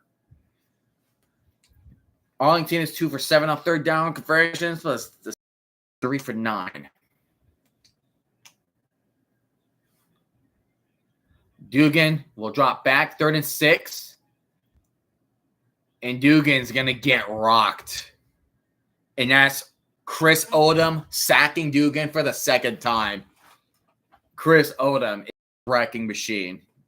This is why the Renegades picked him up. He saw what he did with the Roughnecks. They saw what he can do with the Roughnecks, and he just shows. He shows it. So now you have a 53-yard field goal for Rodrigo Blankenship. He made it 55 earlier today. This will be kicking off the left hash. Kick is up, and that kick is good. So now there's a 1-possession game. 16-9. So St. Louis could not capitalize off as they needed to have, but a field goal is better than walking away with no points. So now the game is a 1-possession game between Arlington and St. Louis. Arlington was up 16-3 to start the game. Defense is good. The kick is good. What I meant to say was St. Louis held on their own defense. Though they did not get a touchdown off of that turnover, they still managed to kick it for 3. Again, I'm going loco.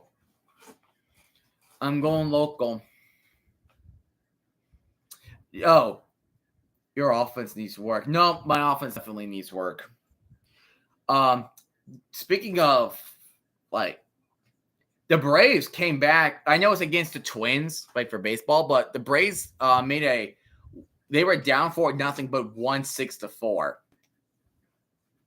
last night. And here comes the Renegades with the kickoff. And that's Diddy Hunter. And he gets to the 30 at least. So he will get to the 30. Got it. Whew. Every time, bro. Every time. Budget friendly. Budget friendly scoreboard. Salary cap and salary floor. I just feel like they do. I just don't know how they get that much. Like, I just don't know how the MLB has that much of a spending power. That's what I'm not understanding here. So Renegades with first and 10 from the 30. Perez will be dropping back, and he is going to dump this off to Balaj. Balaj will try to shake off a tackle, but he will get a gain of 8 on the play. So now the Renegades are going to get a second and 2 on this play. 4 wideouts. And out to Balaj again. He will try to go up the middle, and he will be about a yard short. It will be 3rd and 1 for the Renegades. Don't know if Sips wants to go for it again because it didn't work last time.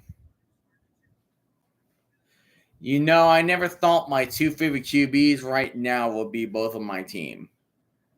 Who would that be? Sam Darnold and who else? T formation, but nowhere. The Battlehawks defense. Oh, and Drew Lock. Battlehawks defense is working. It's working. It's working. It is definitely working. 3 and outs, back to back.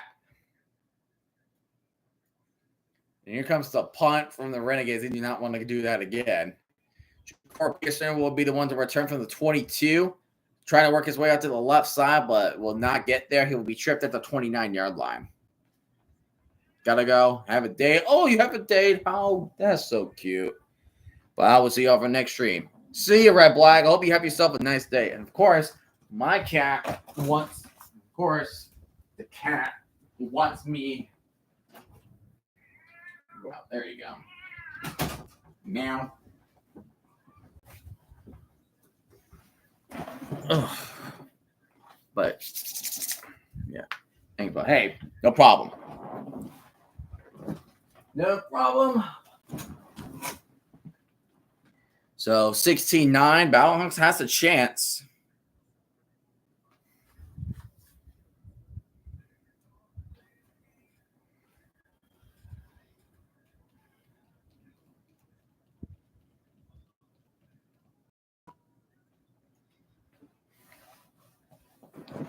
Yeah, let's go. Renegades lose. What excuse do they have? Whew.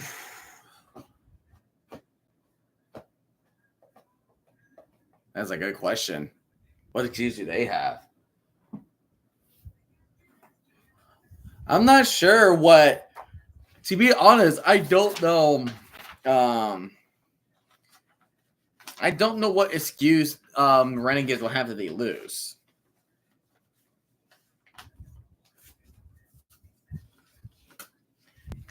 The fact that they could not generate any more sacks. No matter how many sacks they get, it will not be enough. I'm not sure. That is kind of tough right there. That is definitely a tough thing to ask.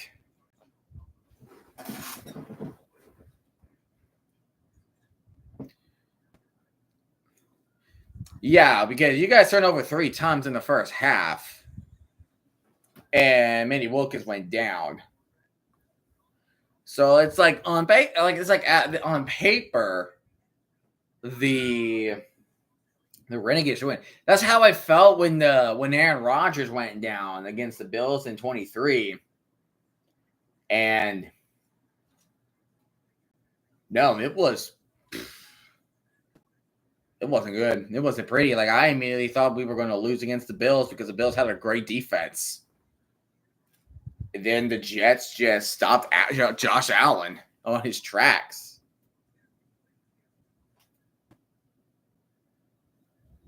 So it was something.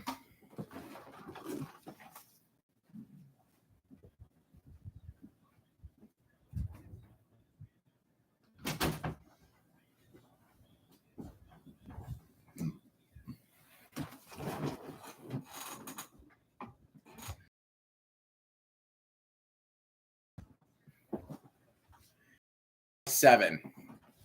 16-9. His first and 10. He's going to hand it off to Sailors. The Sailors trying to go up to the left hash. And we'll get a gain of 3 on the run. But yeah, like I said, like on paper, it sounds like Renegades should win this. Pacers are beating the Bucks at halftime, 67-43. That is doesn't. Freaking Doc Rivers. What the freak? Doc freaking Rivers. That's all I need to know about him. Second and 7. They're going to pop past the Troy Pearson. Pearson finding some room. He gets the first down. He will get the first down. The drive will extend for the Battlehawks.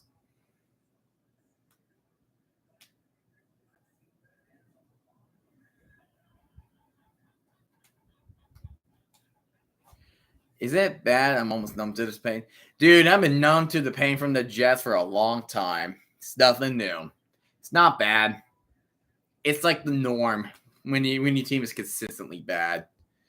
Jacob Sailor's going up the middle. And the thing about the Battlehawks is like only good for 3 yards. The Battlehawks are a team that's been consistently good, but then like when you see St. Louis 2-2, it's like, shouldn't they be at this record at this point?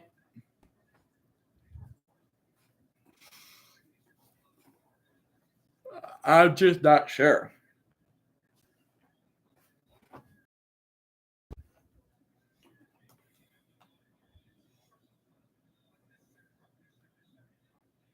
Oh, you're an idiot. 75 on the offense. Got called for personal foul after the play. That was Jared Jones-Smith that got called.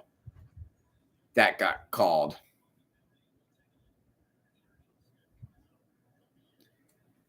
Yeah, he just pushed him. Yeah, he just pushed him. You can't do that. So now you're second and 23 instead of second and 8. So second and 23, you need a big pass. Dugan dropping way back. And he's going to try and run it. And he gets back to the 30. He gets to the 30. And another flag comes out. What is going on? What is going on?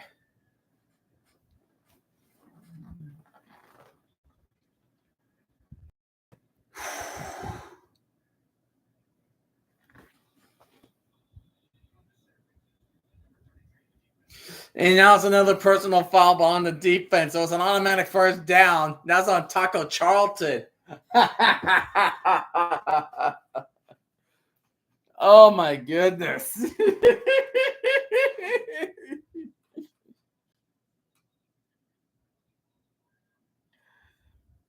Oh, sweet jeebers.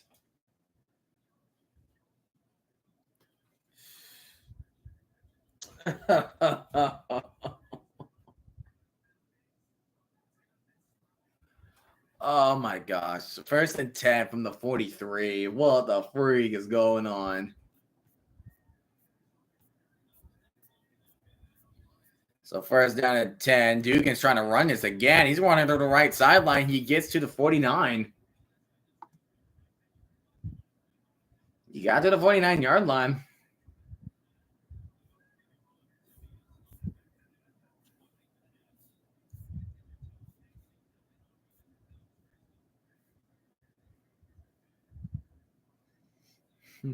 I see Battlehawks fans tweeting, DC literally broke us.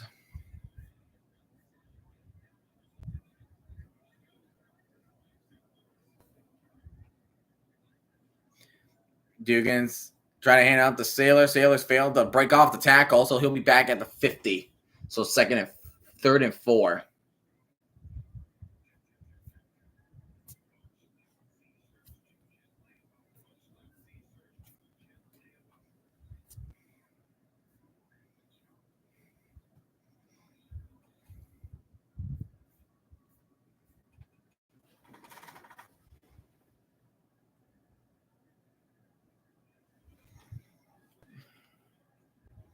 So now you have 3rd and 4. Back to Dugan in shotgun. Dropping back. Dugan throwing to his right. Too high for Gary Jennings. 4th and 4 for the Battlehawks.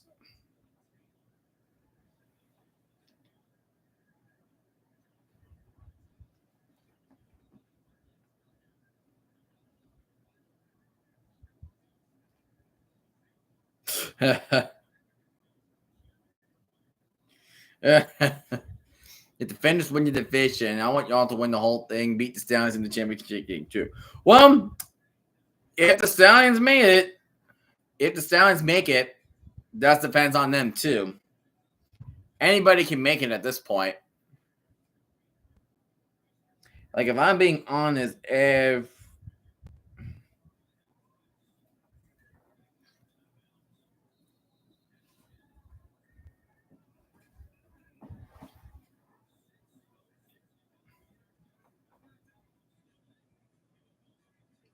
so now the Renegades will be getting the ball back. But yeah, so like I said, so this game, whoever wins this game, it's a guaranteed second place. It's guaranteed second place or better.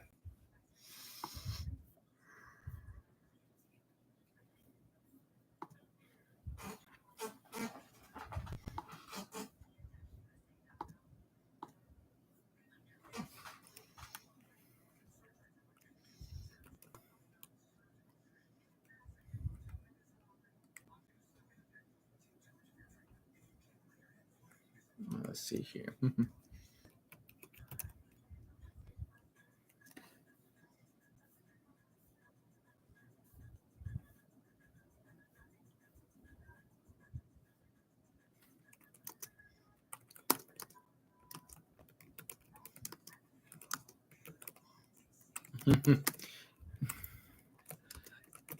Just eating popcorn, just saying, like, me as a defended fan, when I'm just watching this game, just a gif of somebody eating popcorn.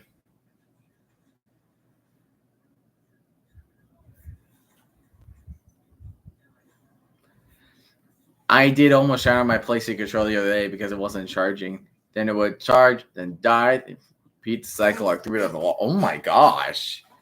Just get a new one. Like, just get a new one if you can, dude. Technology is just not liking you, don't they?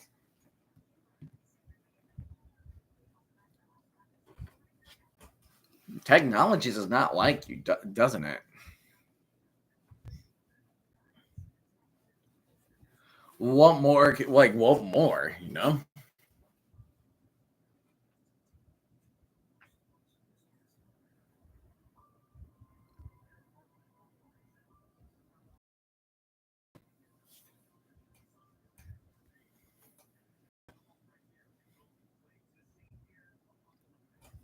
But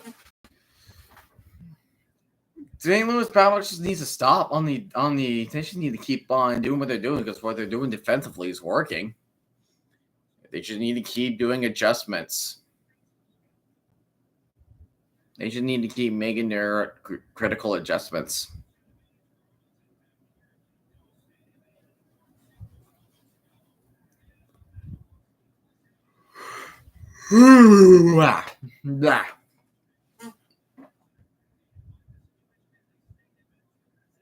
Yeah, they stayed in bounds. They're at the 11 because he caught it, went out of bounds.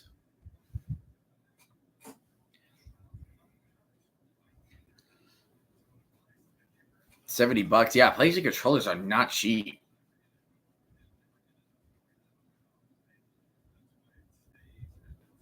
They're $70. I gotta pay to put my car in my name, plus get tags, and now you have to pay get a new laptop and some subscription I'm paying for. Yeah, and yeah.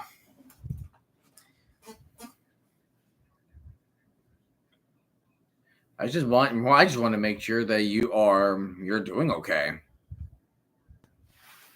I really want to make sure you're doing all right because that stuff just happens out of nowhere. First down and 10 for the Renegades. Oh, that's a little bit of a blitz, but here comes Seth Green, and he gets a first down, and he's just running 30, 35. He will be down at the 35-yard line. That was a big catch and go. That's good for, I think it was for 24 yards. It was a big catch and run from the tight end, Seth Green. Because it was a screen. I think there was a missed tackle that happened onto the tight end. It was supposed to be a tackle. I mean, I think they just can't catch up to him. A big catch and run from, and that should have been roughing the passer. Perez's like, did you see that? Like, I just got roughed the passer. Roughed up.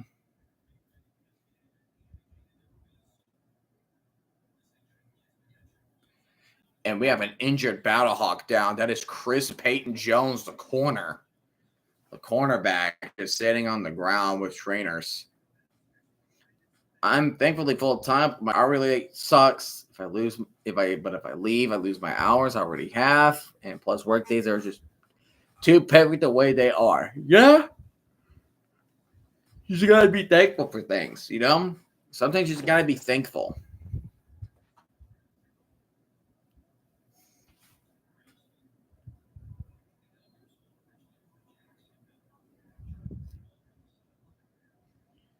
But yeah, so now you're facing 1st and 10 for Arlington.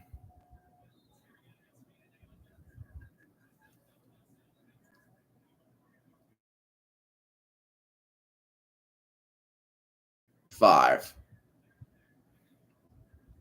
Perez dropping back. He's going deep right side. And when I say Whitestead wants a pass interference call, but Bob Stoops can't challenge that because he does not have a challenge on him. There is no challenge on Bob Stoops.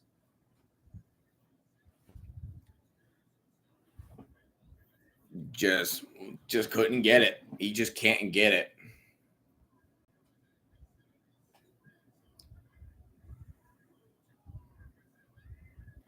So 2nd down and 10.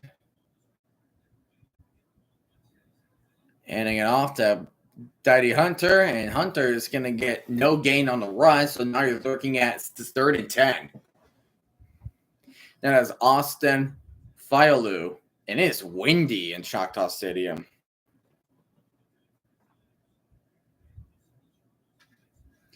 I'm also spending all of tomorrow with my girlfriend's family, and they're already judging me for crap before they really get to know me.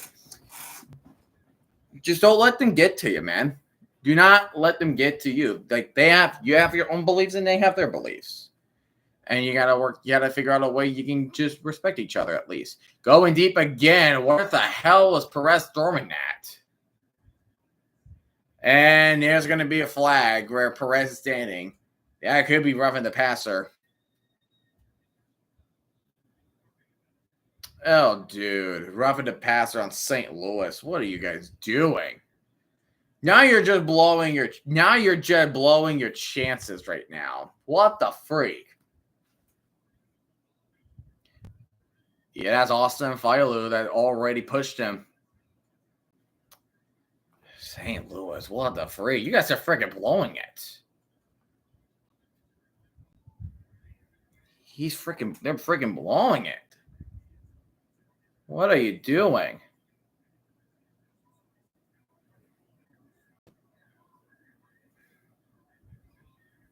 So they're at the 50. Shotgun formation. Perez handing it off to Didi Hunter.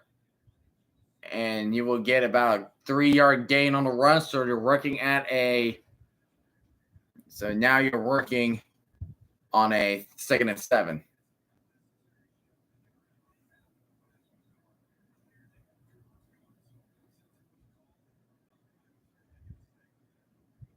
Yeah, bro. It's like, did you see it? You just see it? There you go. Now you see it.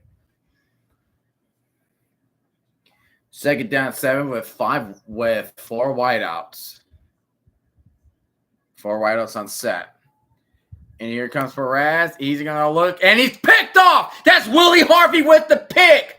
He has one man to beat. Feeney tries to get a block. He does. Pick 6. St. Louis Battlehawks is Willie Harvey, the linebacker, gets the pick 6. Oh, my goodness. There we freaking go. There you go. Wow. Pick 6. Willie Harvey just read Perez where he was going to throw it to. He was trying to throw it to Isaiah Winstead. And pick 6. There you go, St. Louis. Now we have a game. Your Olive Garden story? What's your Olive Garden story? What's the story? And the Battlehawks are going to go for 1. They're going to go for 1 to tie the game at 16. They need to tie at 16. 3:13 remaining.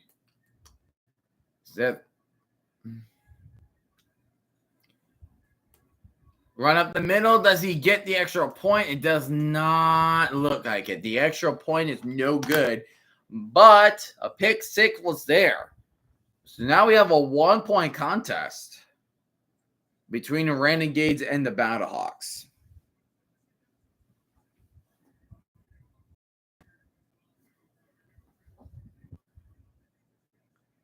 Ooh, yes. Now. So, and remember, Arlington was 16-3.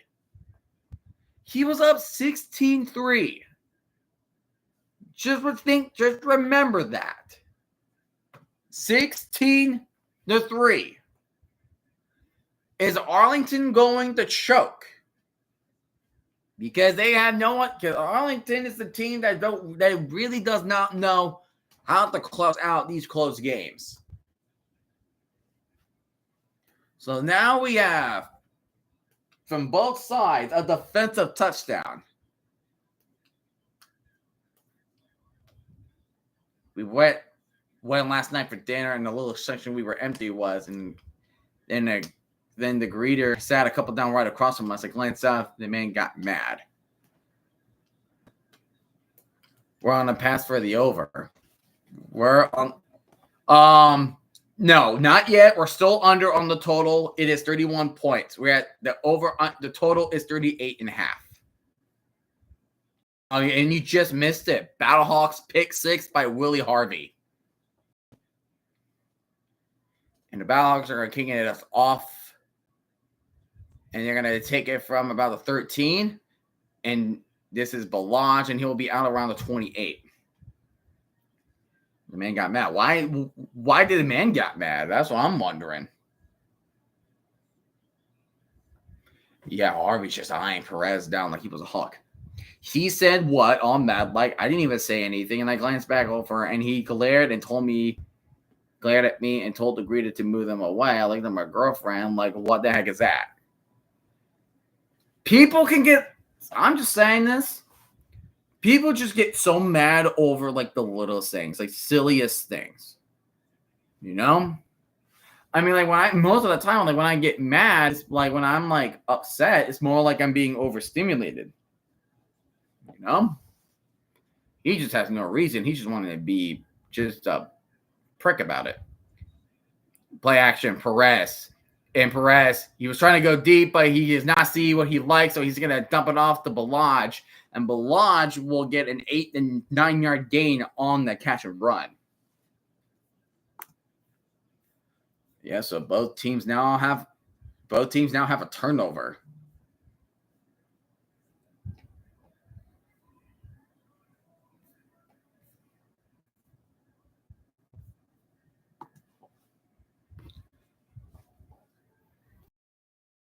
For a false start, would that be? Probably not, because now you have third down. I would not waste the challenge now. The greeter felt bad and apologized 7 times. I spoke to her as we were leaving, asking her what happened, and she said she didn't know. Yeah, that's that's the thing, right? If you're witnessing that and the greeter has no idea what's going on, then there's something going on with him.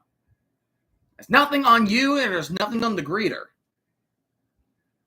I don't know what his problem was. 3rd and 3 for the Renegades.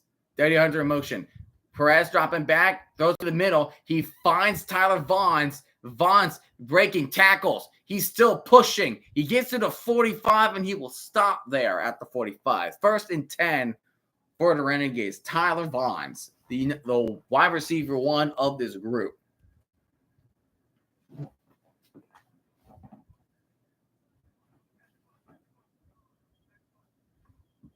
Excuse me.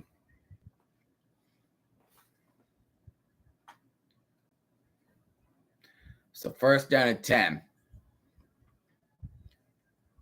Play action. Perez. He's going to dump it off to Hunter.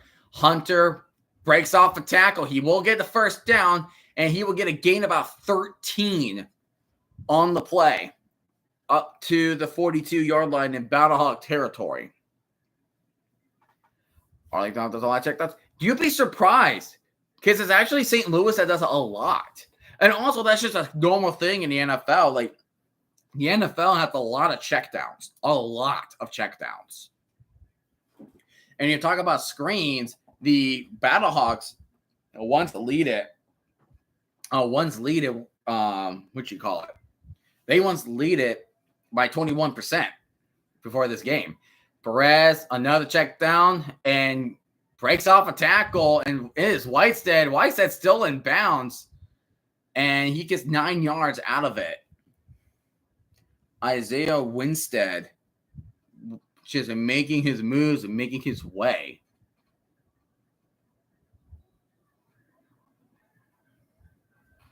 So now we have 10 seconds left. They might want to go quick on this one. 2nd down and 2. And we're going to go to the end. We're at the end of the 3rd. We're heading off to the 4th. Here we go, guys. 16-15. Arlington was up 16-3. Remember that.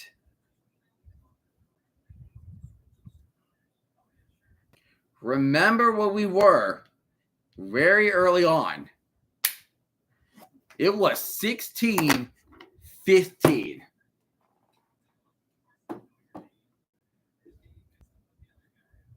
Oh, baby.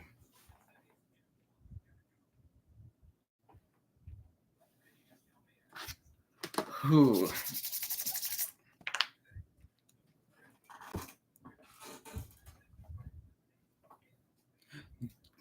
Ben Johnson in UFL or Joe Brady. That would feel illegal. that would feel illegal right there.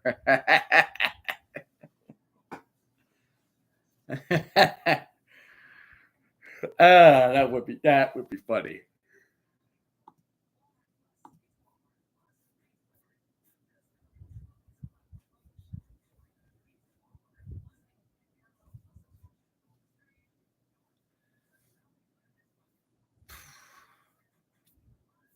John Gruden to the UFL.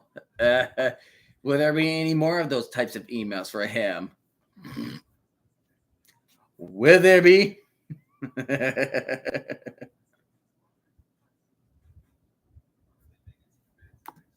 I'm kind of wondering about that.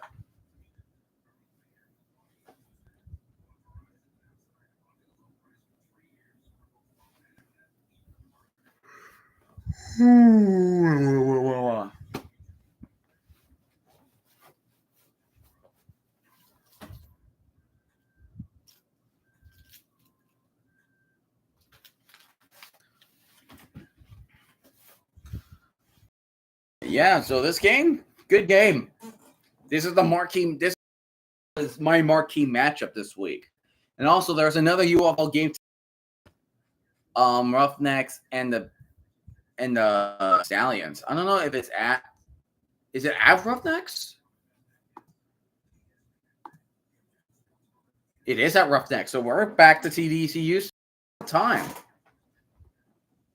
And you have the Stallions in town, so they will like to see a Stallions loss right there. Wow. Kitty wants in. Kitty wants in.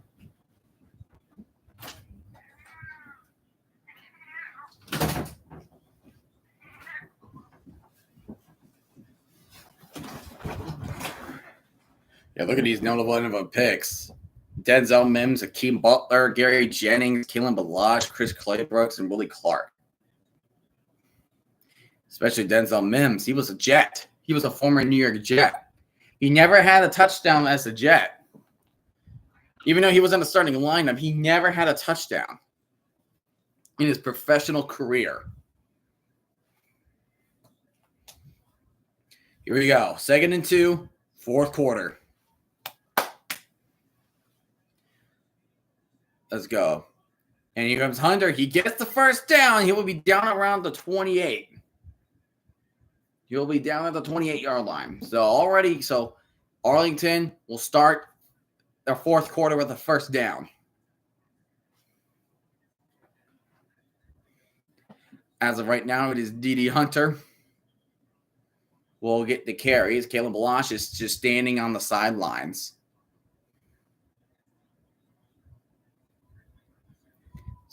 And Perez will be in shotgun there at the 27 in Battlehawk territory. And he's going to do a little end around with Javon Payton. And Payton will get past it at 10. He'll be sat out of bounds around the 5. That was an end around by Javonte Payton. So a big run for Payton. Payton is a fast boy. Fake the handoff to Hunter and pitch it off to Devontae Payton. Brilliant block from one of the offensive linemen to prevent Peter Tamupenu from getting to the backfield. If it wasn't for that block, then that play would not have worked to begin with. So we got first down and goal from the 3-yard line. And on to Hunter. Hunter tries to work up to the middle. And he was not down. And that is touchdown, D.D. Hunter.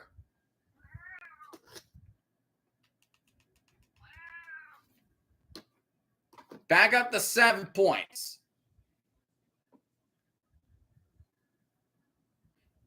Yeah, that is the over. That's the over.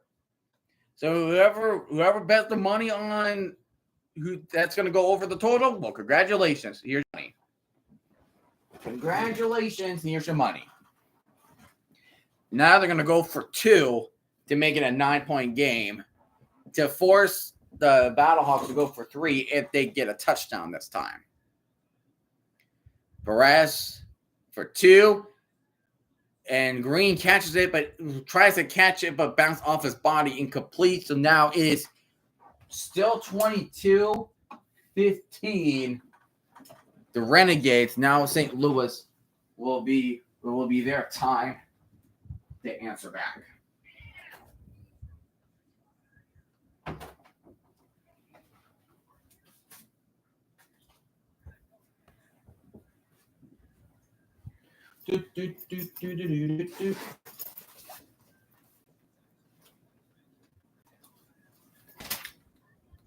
I'm just checking out something real quick. Yeah. I don't know. But yeah, I definitely completed my first week as a temporary instructor for kindergarten and first grade. That is. Are you talking about the live line? Because the original over-under is 38.5. I think I think you mean the live line. Because I know at one point it changed to 48.5. That was the live line.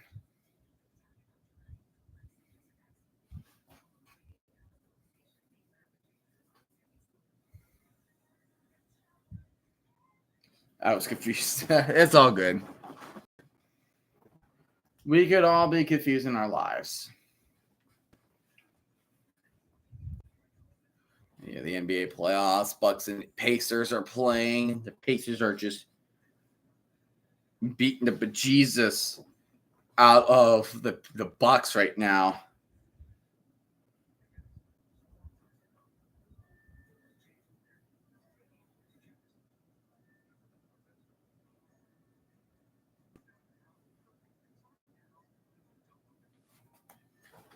But yeah, my long term is good though. Good. The long term is good.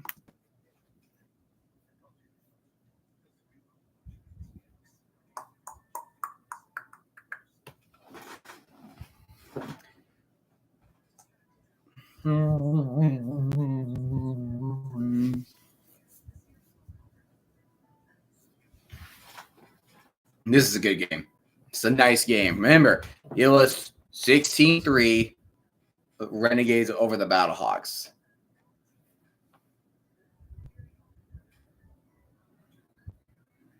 So the Battlehawks just needs to keep on climbing away. They just have to keep climbing their way back.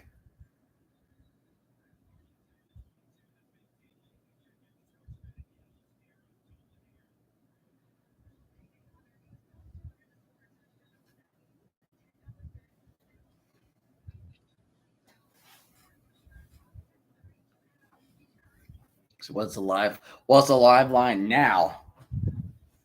That's kind of what I'm wondering. What is the live line? The odds. Oh, he's at 32 rushing yards, but the total is 32.5. Oh, it's just not there. And here comes Gary Jennings, and Jennings finds a big lane to open, but he's going to get tripped up at the 33. What a hustle of a play. That was definitely well played. Who the heck was that chasing him down? There's a flag on the field. That was Steven Jones Jr. with the chase down. Well played.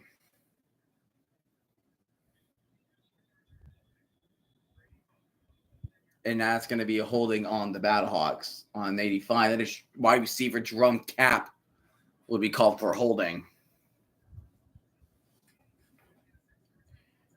But yeah, 13:44. So we're getting close to the end of this game. This game is close.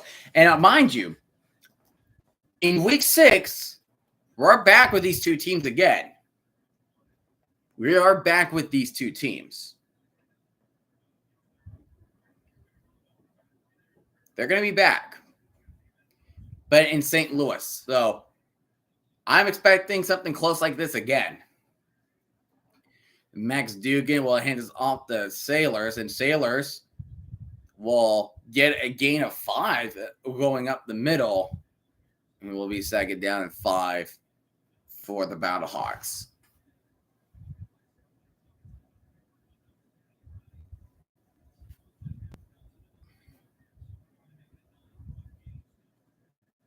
So now we're facing second down and 5. We have about 13 minutes left. Every point matters. Every point we see, it matters. Second and 5, here comes the safety blitz. And Dugan just has to throw it away. He just needs to throw it away, and that's another sack. He just needs to throw it away. He has to throw it away. And that's Miles Dorn. I didn't even tell you it was a safety. It was a safety blitz coming in. And what happened? Safety. And he hadn't even a receiver there open. Oh, Dugan. He just needs a lot of help. Next week is Panthers. Panthers have great defense. Like if Max Dugan continues to perform like that, then the Battlehawks could be in trouble. And here comes Dugan, checks off a tackle, but only gains one on the play. So now it's 4th down. A quick 3 and out for St. Louis. Oh man.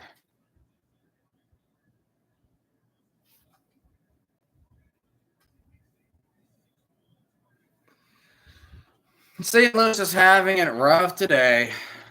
I don't blame them.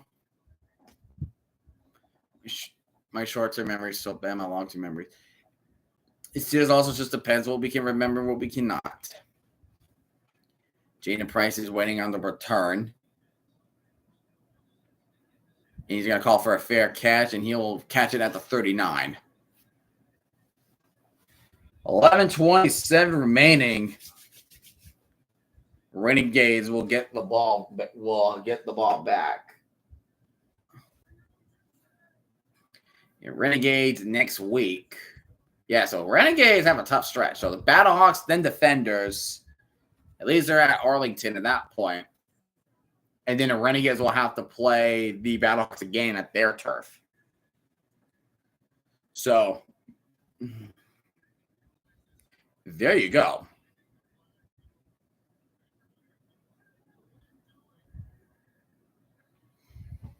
But here we go. 1st down and 10. He's a handoff to Balaj. Balaj roughing and tumbling his way up the middle. But he will only get a couple of that run. So 2nd down and 8 for the Renegades. The Renegades, I'm accepting defeat and going to focus. It's not over quite yet, Thomas. It's not over quite yet. Talk to you later, Thomas. Hope you have yourself a better day, man. And here comes a quick pass, and that is Luwan Whittingham, who was on the Renegades. I believe it was 2 years ago. It was 2 years ago he was on and he made one of the best catches of that XFL season.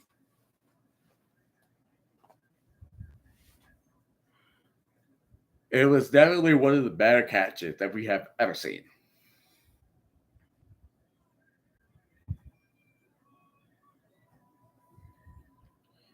So now you're facing 3rd and 3. Perez dropping back. Peter Tamupenu. Perez finds a room. He runs for the 1st down, and he will slide around the 46. 1st down, Renegades. Peter Tamupenu was right there. He had him in his line of sight. But Perez, once he saw that big open field of grass, he just took off like a missile.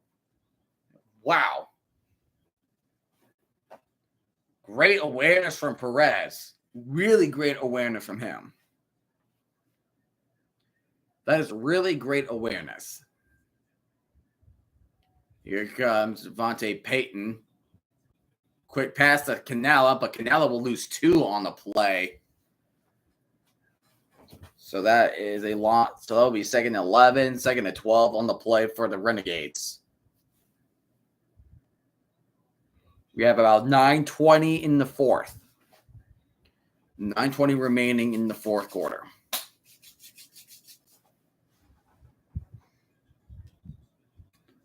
So 9:09, 9:08 at the 47. A 3-4 from defensive formation. Sal Canelo will be in motion for 4-4 formation. If it goes to the left side, it was a chase between Tyler Vaughns and Nick Whiteside was also right there with Vaughns to try to get that ball.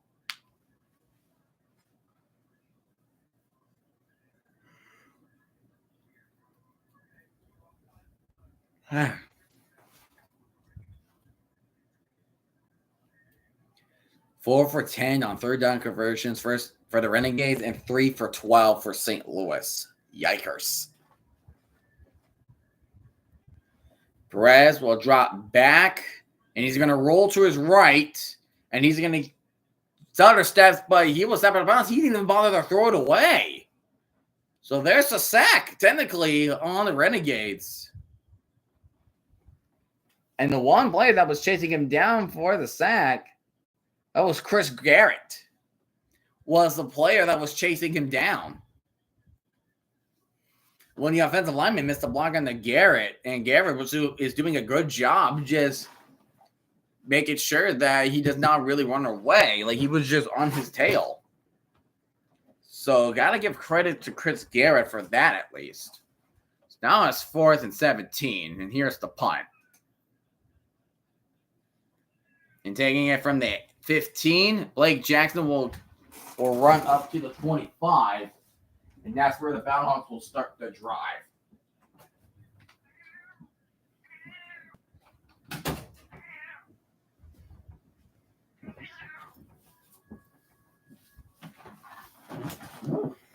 But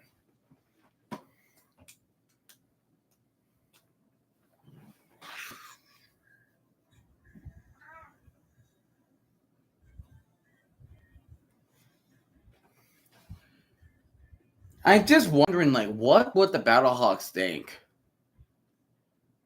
if,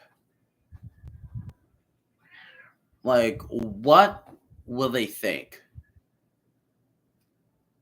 if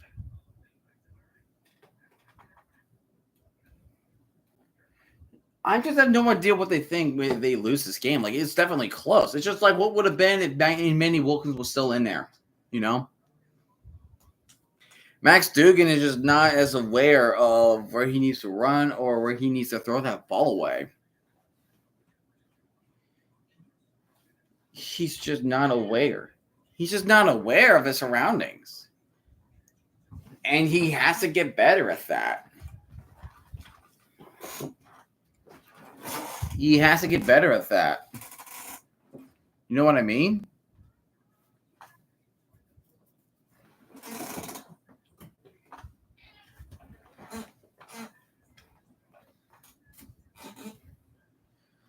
Like, if the Battlehawks have to lose this week, the next week against Michigan, and then they have to play against Renegades in their home turf, and they lose, if they get swept by the Renegades, that's tough. Winning those conference games are crucial. It's crucial. Because you could have easily got that game against the Defenders. But I don't know if I could say the same thing if I was the Battlehawks against Arlington. That's my issue.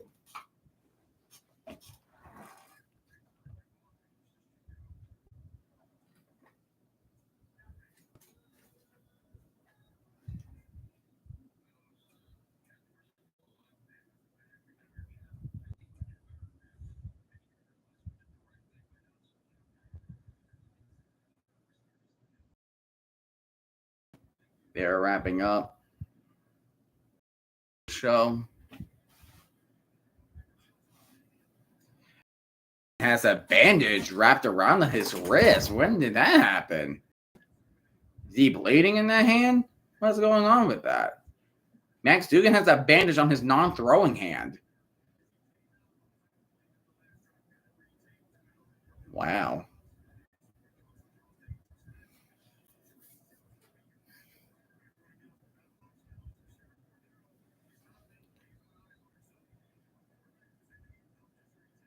Here's the quarterback. Trey Self. That's the third quarterback. That is the backup to Dugan. And Kadarius on IR. That's what I just heard. Here comes the end run. Here comes Gary Jennings going blinding speed. And he will get to the 29 for a 4-yard pickup. 7:42 remaining of the fourth quarter.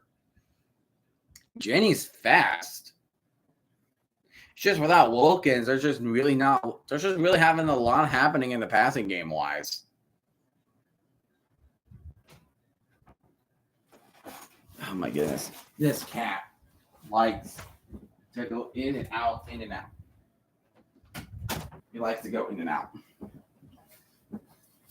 But 2nd and 7 from the 28. And off to Howard, and Howard will get tripped up at the 30. So now it's 3rd and 5.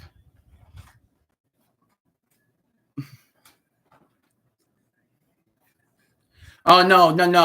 Oh, no. I did the math wrong about the over-under. It's 30. It's 37. Are you freaking kidding me? 38 and a half. It's 37. I'm an idiot. I'm a fool. 3rd and 5. Dropping back is Dugan. Batted up in the air, incomplete. I think he has somebody open down the field. That was a Gene Harris, I believe, that batted the ball up the air. Was there somebody open down the field? No, there wasn't. Okay. I thought I saw somebody open in the field. I really thought I did.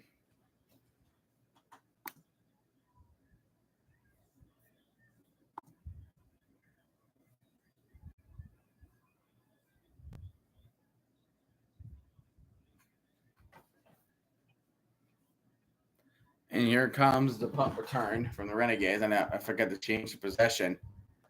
And he will be down at the 35-yard line.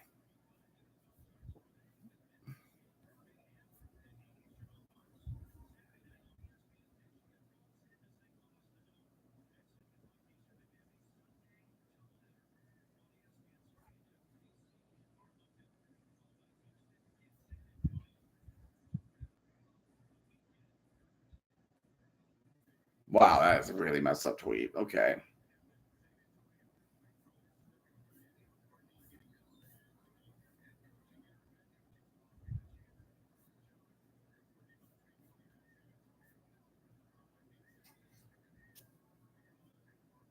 So anyway, 1st and 10 from the 35. Here comes Peyton. And here comes Hunter going up the middle. And we'll get a gain of 1. And, ooh, there's some rough and tumbling there after the play a little bit.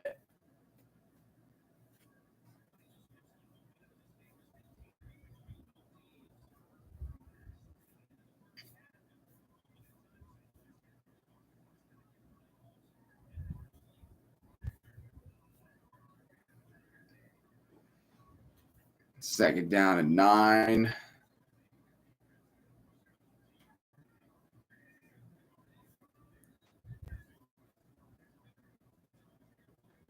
Second and 9 from the 36. Perez looking. Batted down, incomplete. That's some good defense right there. I forgot who's that played. That was Nate Medors with the back down. Passing breakup.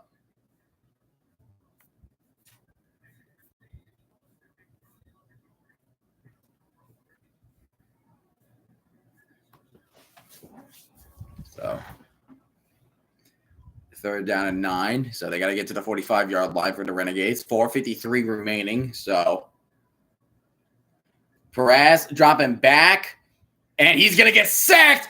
And part is from Peter Tamapenu with the sack. One of the league leading or sack machines of this league.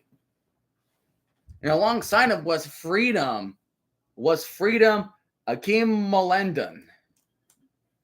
St. Louis defense is in the game. I told him, like, if they got to win this game, their defense has to be good.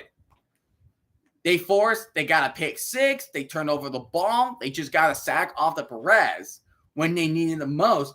That's good. They just need to get the ball going. And the punt's almost blocked. And Blake Jackson will take that's Shakur Pearson, take it from the 30, 35, 40, 45. He gets to the 46. So there you go. So there's your good field position. You have 4 minutes remaining. You have to score on this drive. You have to. Like, if there is a chance that you cannot take a field goal because you're still 1 possession game because you get a touchdown, right? You get a touchdown. It's 21-22. It's 22-21. But then you need to score 1-point conversion to tie. It's a big gamble to take the lead. You have to go for 1.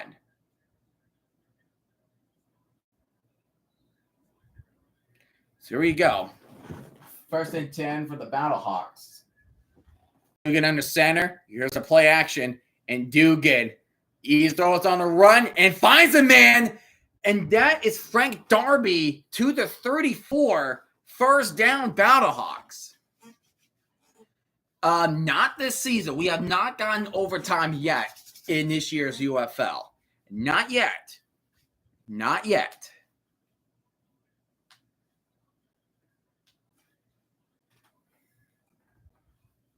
I know we haven't yet. 3.5 minutes remaining at the 34. Dugan. Up the Sailors. Sailors with blockers ahead of him. And he will get a gain of 3. It will be 2nd and 7. 3:13 remaining. Clock will be ticking. Clock is ticking.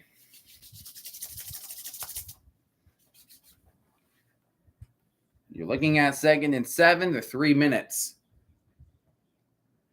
They got to take their time. They can't rush too fast or else, because both teams still have 3 timeouts. Both teams still have 3 timeouts. So no teams out of the woods yet. Dugan will hand off to Sailors. Sailors on the right side. And Sailors will get just to the 25. Well, she has 1 yard away from the 1st down marker.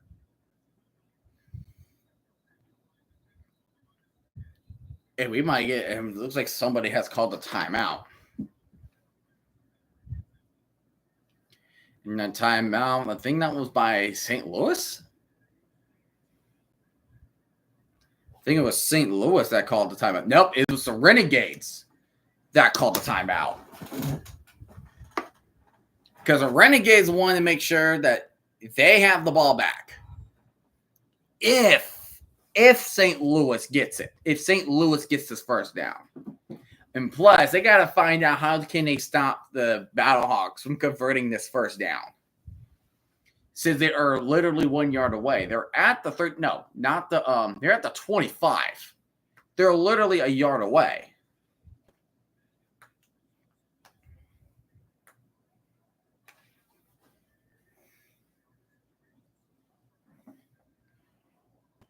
They are literally a yard away from a 1st down. So, empty backfield and shotgun. Why are we doing empty backfield and a shotgun? Is he trying to do a pass? No, it's a QB run design. He gets a 1st down. Dugan will be tripped up, and he will be tackled at the 16. So it was a run design play for Dugan. And Dugan is looking very red on his eyes. They try to go fast. They're going to try to go as fast as they can. See if they can go fast before the 2-minute warning. And they do. Sailors, left side. And he will carry players. He will be tackled at the 10. So that's a 6-yard gain. And we have reached the 2-minute warning with this game. This game, a lot happened. We had defensive touchdowns, some offensive touchdowns. And Manny Wilkins going down on the first drive in the 1st quarter. And the Renegades were up 16-3. The game is indeed intense. It's been a close one. We thought it was going to be a blowout given the circumstances we've been given with Manny Wilkins. And now the Renegades had a 16-3 lead, and now it is 22-15. So I don't know what to feel as of right now. I'm enjoying this. As a Defender fan, I'm enjoying this. Because these 2 teams are good teams. These are good teams.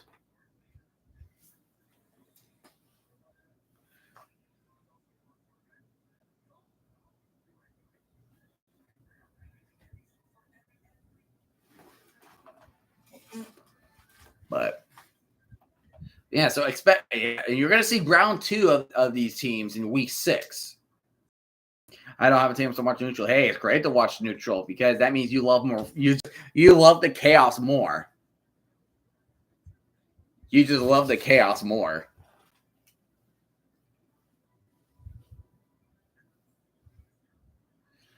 Oh, boy.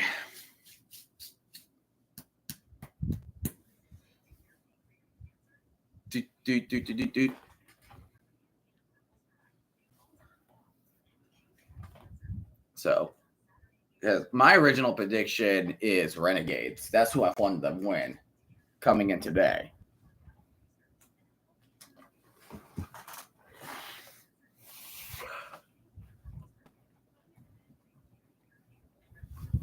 Come on, get the commercial out of the way. I want to see the ending, dang it.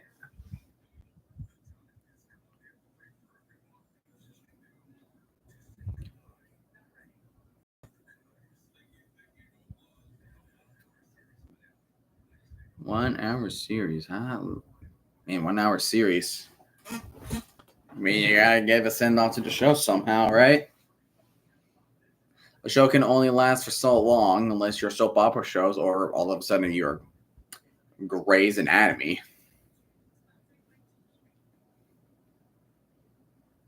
All right, here we go.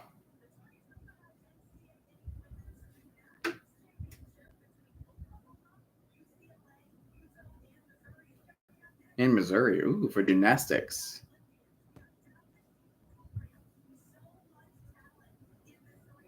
NCAA champions, gymnastics.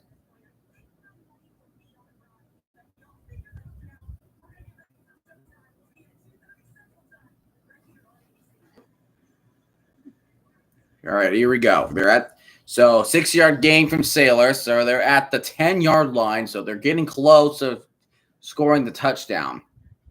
And if all else fails, so if I was the Battlehawks, I would keep that. I'll keep all 3 timeouts because let's just say this: you score a touchdown, but you fail to convert. Then you would have to go for the. You had to go for the alternate onside kick. You got to go with 4th and 12. You had to go for 4th and 12.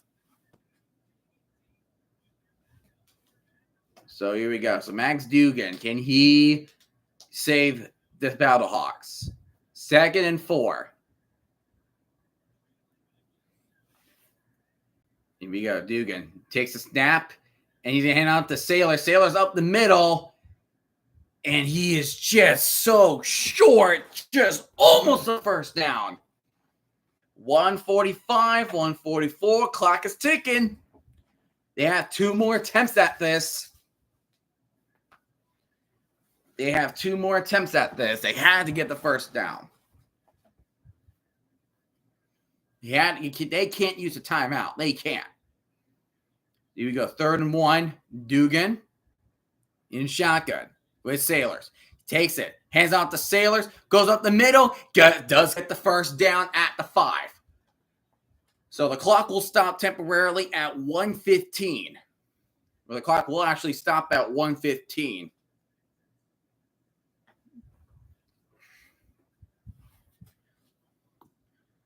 Just want to see how many. What's the attendance?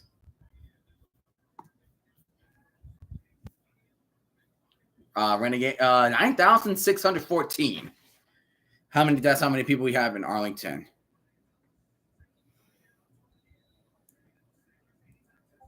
I will definitely put that. So Arlington 9,614. We're at the same amount of people, almost the same amount of people as how many Michigan had last night against Memphis.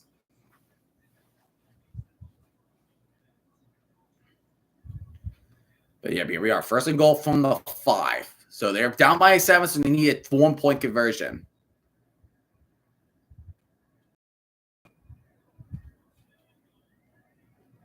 First and goal. Dugan hands off to Sailors.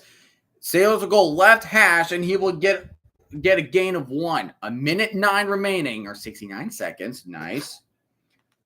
And there was an injury timeout, so Arlington had to use 1. 1 minute remaining. St. Louis needs to be careful here. They got to score. They had to pass at that point. You can't afford losing time. And just freaking flipping up the air. Holy crap. From Dugan. 37, 36, 35, 34. Clock is ticking. Clock is ticking, guys. Clock is ticking. You got to snap this. You got to snap it fast.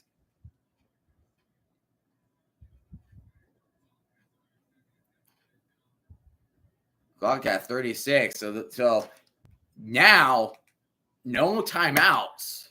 One timeout will need to be used for St. Louis. Because they just can't afford to lose time. They can't afford to lose time. So they have 2 more chances. At around the thing was the 3 or the 4 yard line. They stopped the Battlehawks at. But 2 more chances for St. Louis.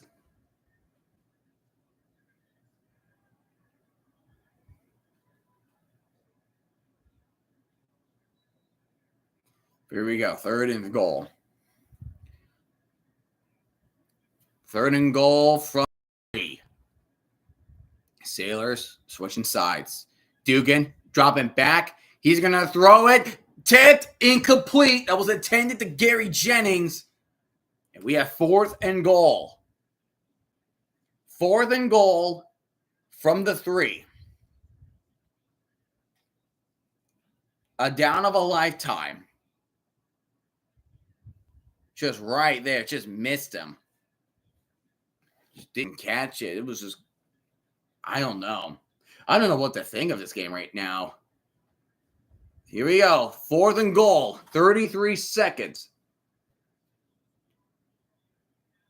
Here we go. Dugan dropping back. Finds a strike. And it was tipped and it's picked. Harris with the blockers ahead of him. He's going to keep running. Goes over. And he will take it to the house for a 100-yard pick 6. And that will officially be the over mark for Arlington.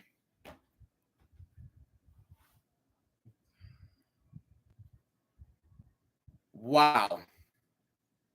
Renegades survived. Tipped. Bounced off Gary Jennings' hand, and the Gene Harris just happened to be right there and took it to the house. Wow.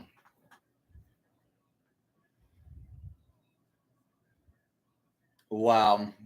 So that's back-to-back weeks. The Renegades will lose off of an interception.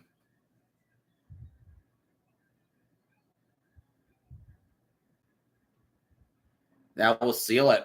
That's going to seal the deal. But pick 6 by Gene Harris. So we had 2 pick 6 today. So now the Renegades will go for 2.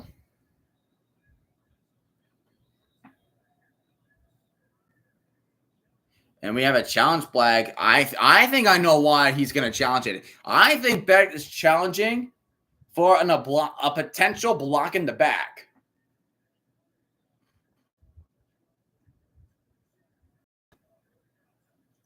Or in the league, or no. So I was wrong. No, it wouldn't make sense because he would still get the ball back. So he's challenging. Hold on. Where's a challenge on the field? Hold on. They're challenging a potential illegal contact on Gary Jennings. On the player that was covering Gary Jennings, they're saying there is a legal contact.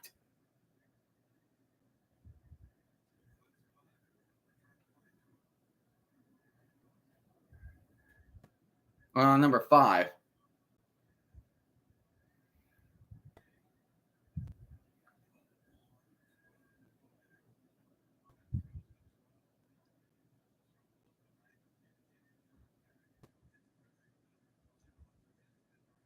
Challenge is denied, so the pick 6 will stand, and St. Louis will lose their timeout.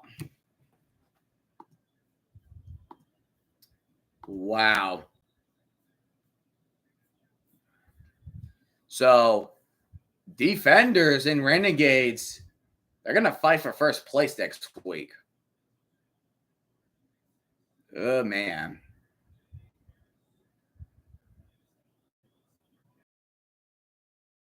Wow.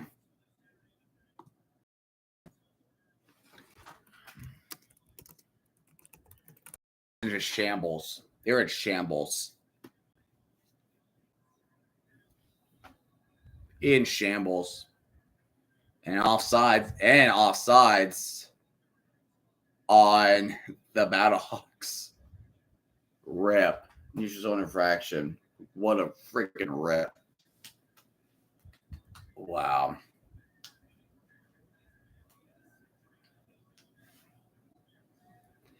Next week's going to be a marquee matchup. Defenders, Renegades versus Defenders. That's a good one. That's a good one. Go over 2. Perez fires to the end zone. Caught. And that's 2 points right there.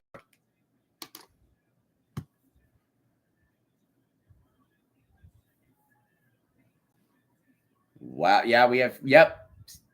Yep. Sorry, Thomas. Sorry, man. Yeah. Yeah, with that pick 6, they made the over. Feel bad. Like St. Louis. So next couple weeks, not going to be pretty. Because St. Louis, yes, they'll travel home, but they got to play the Panthers, and the Panthers have a really good defense. And then they're back, and then they're going to be at home again, but they're playing against Renegades again.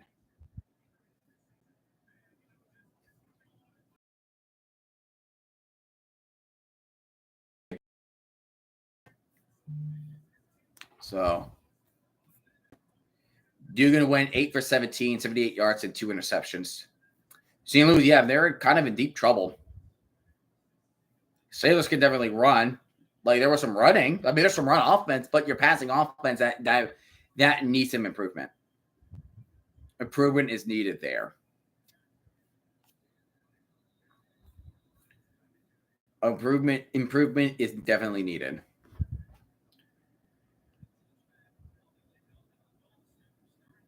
So,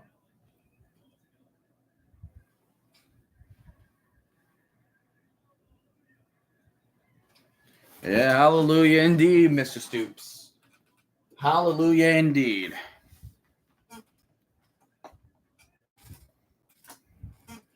So, that will be it. Ladies and gentlemen, the Renegades are going to take the Battlehawks will take the knee. And your final is Arlington 30, Battlehawks 15. It was an interesting game at least. So yeah, what a game. Next week I will Friday I will stream Memphis versus Birmingham at 8. So I will go ahead and stream that game. I don't know any other games I'm gonna do at that time because we're all so busy these days. So thank you guys so much for joining me watching this marquee matchup with me with the Renegades winning over the Battlehawks 30-15. And I hope you guys have a great rest of your day.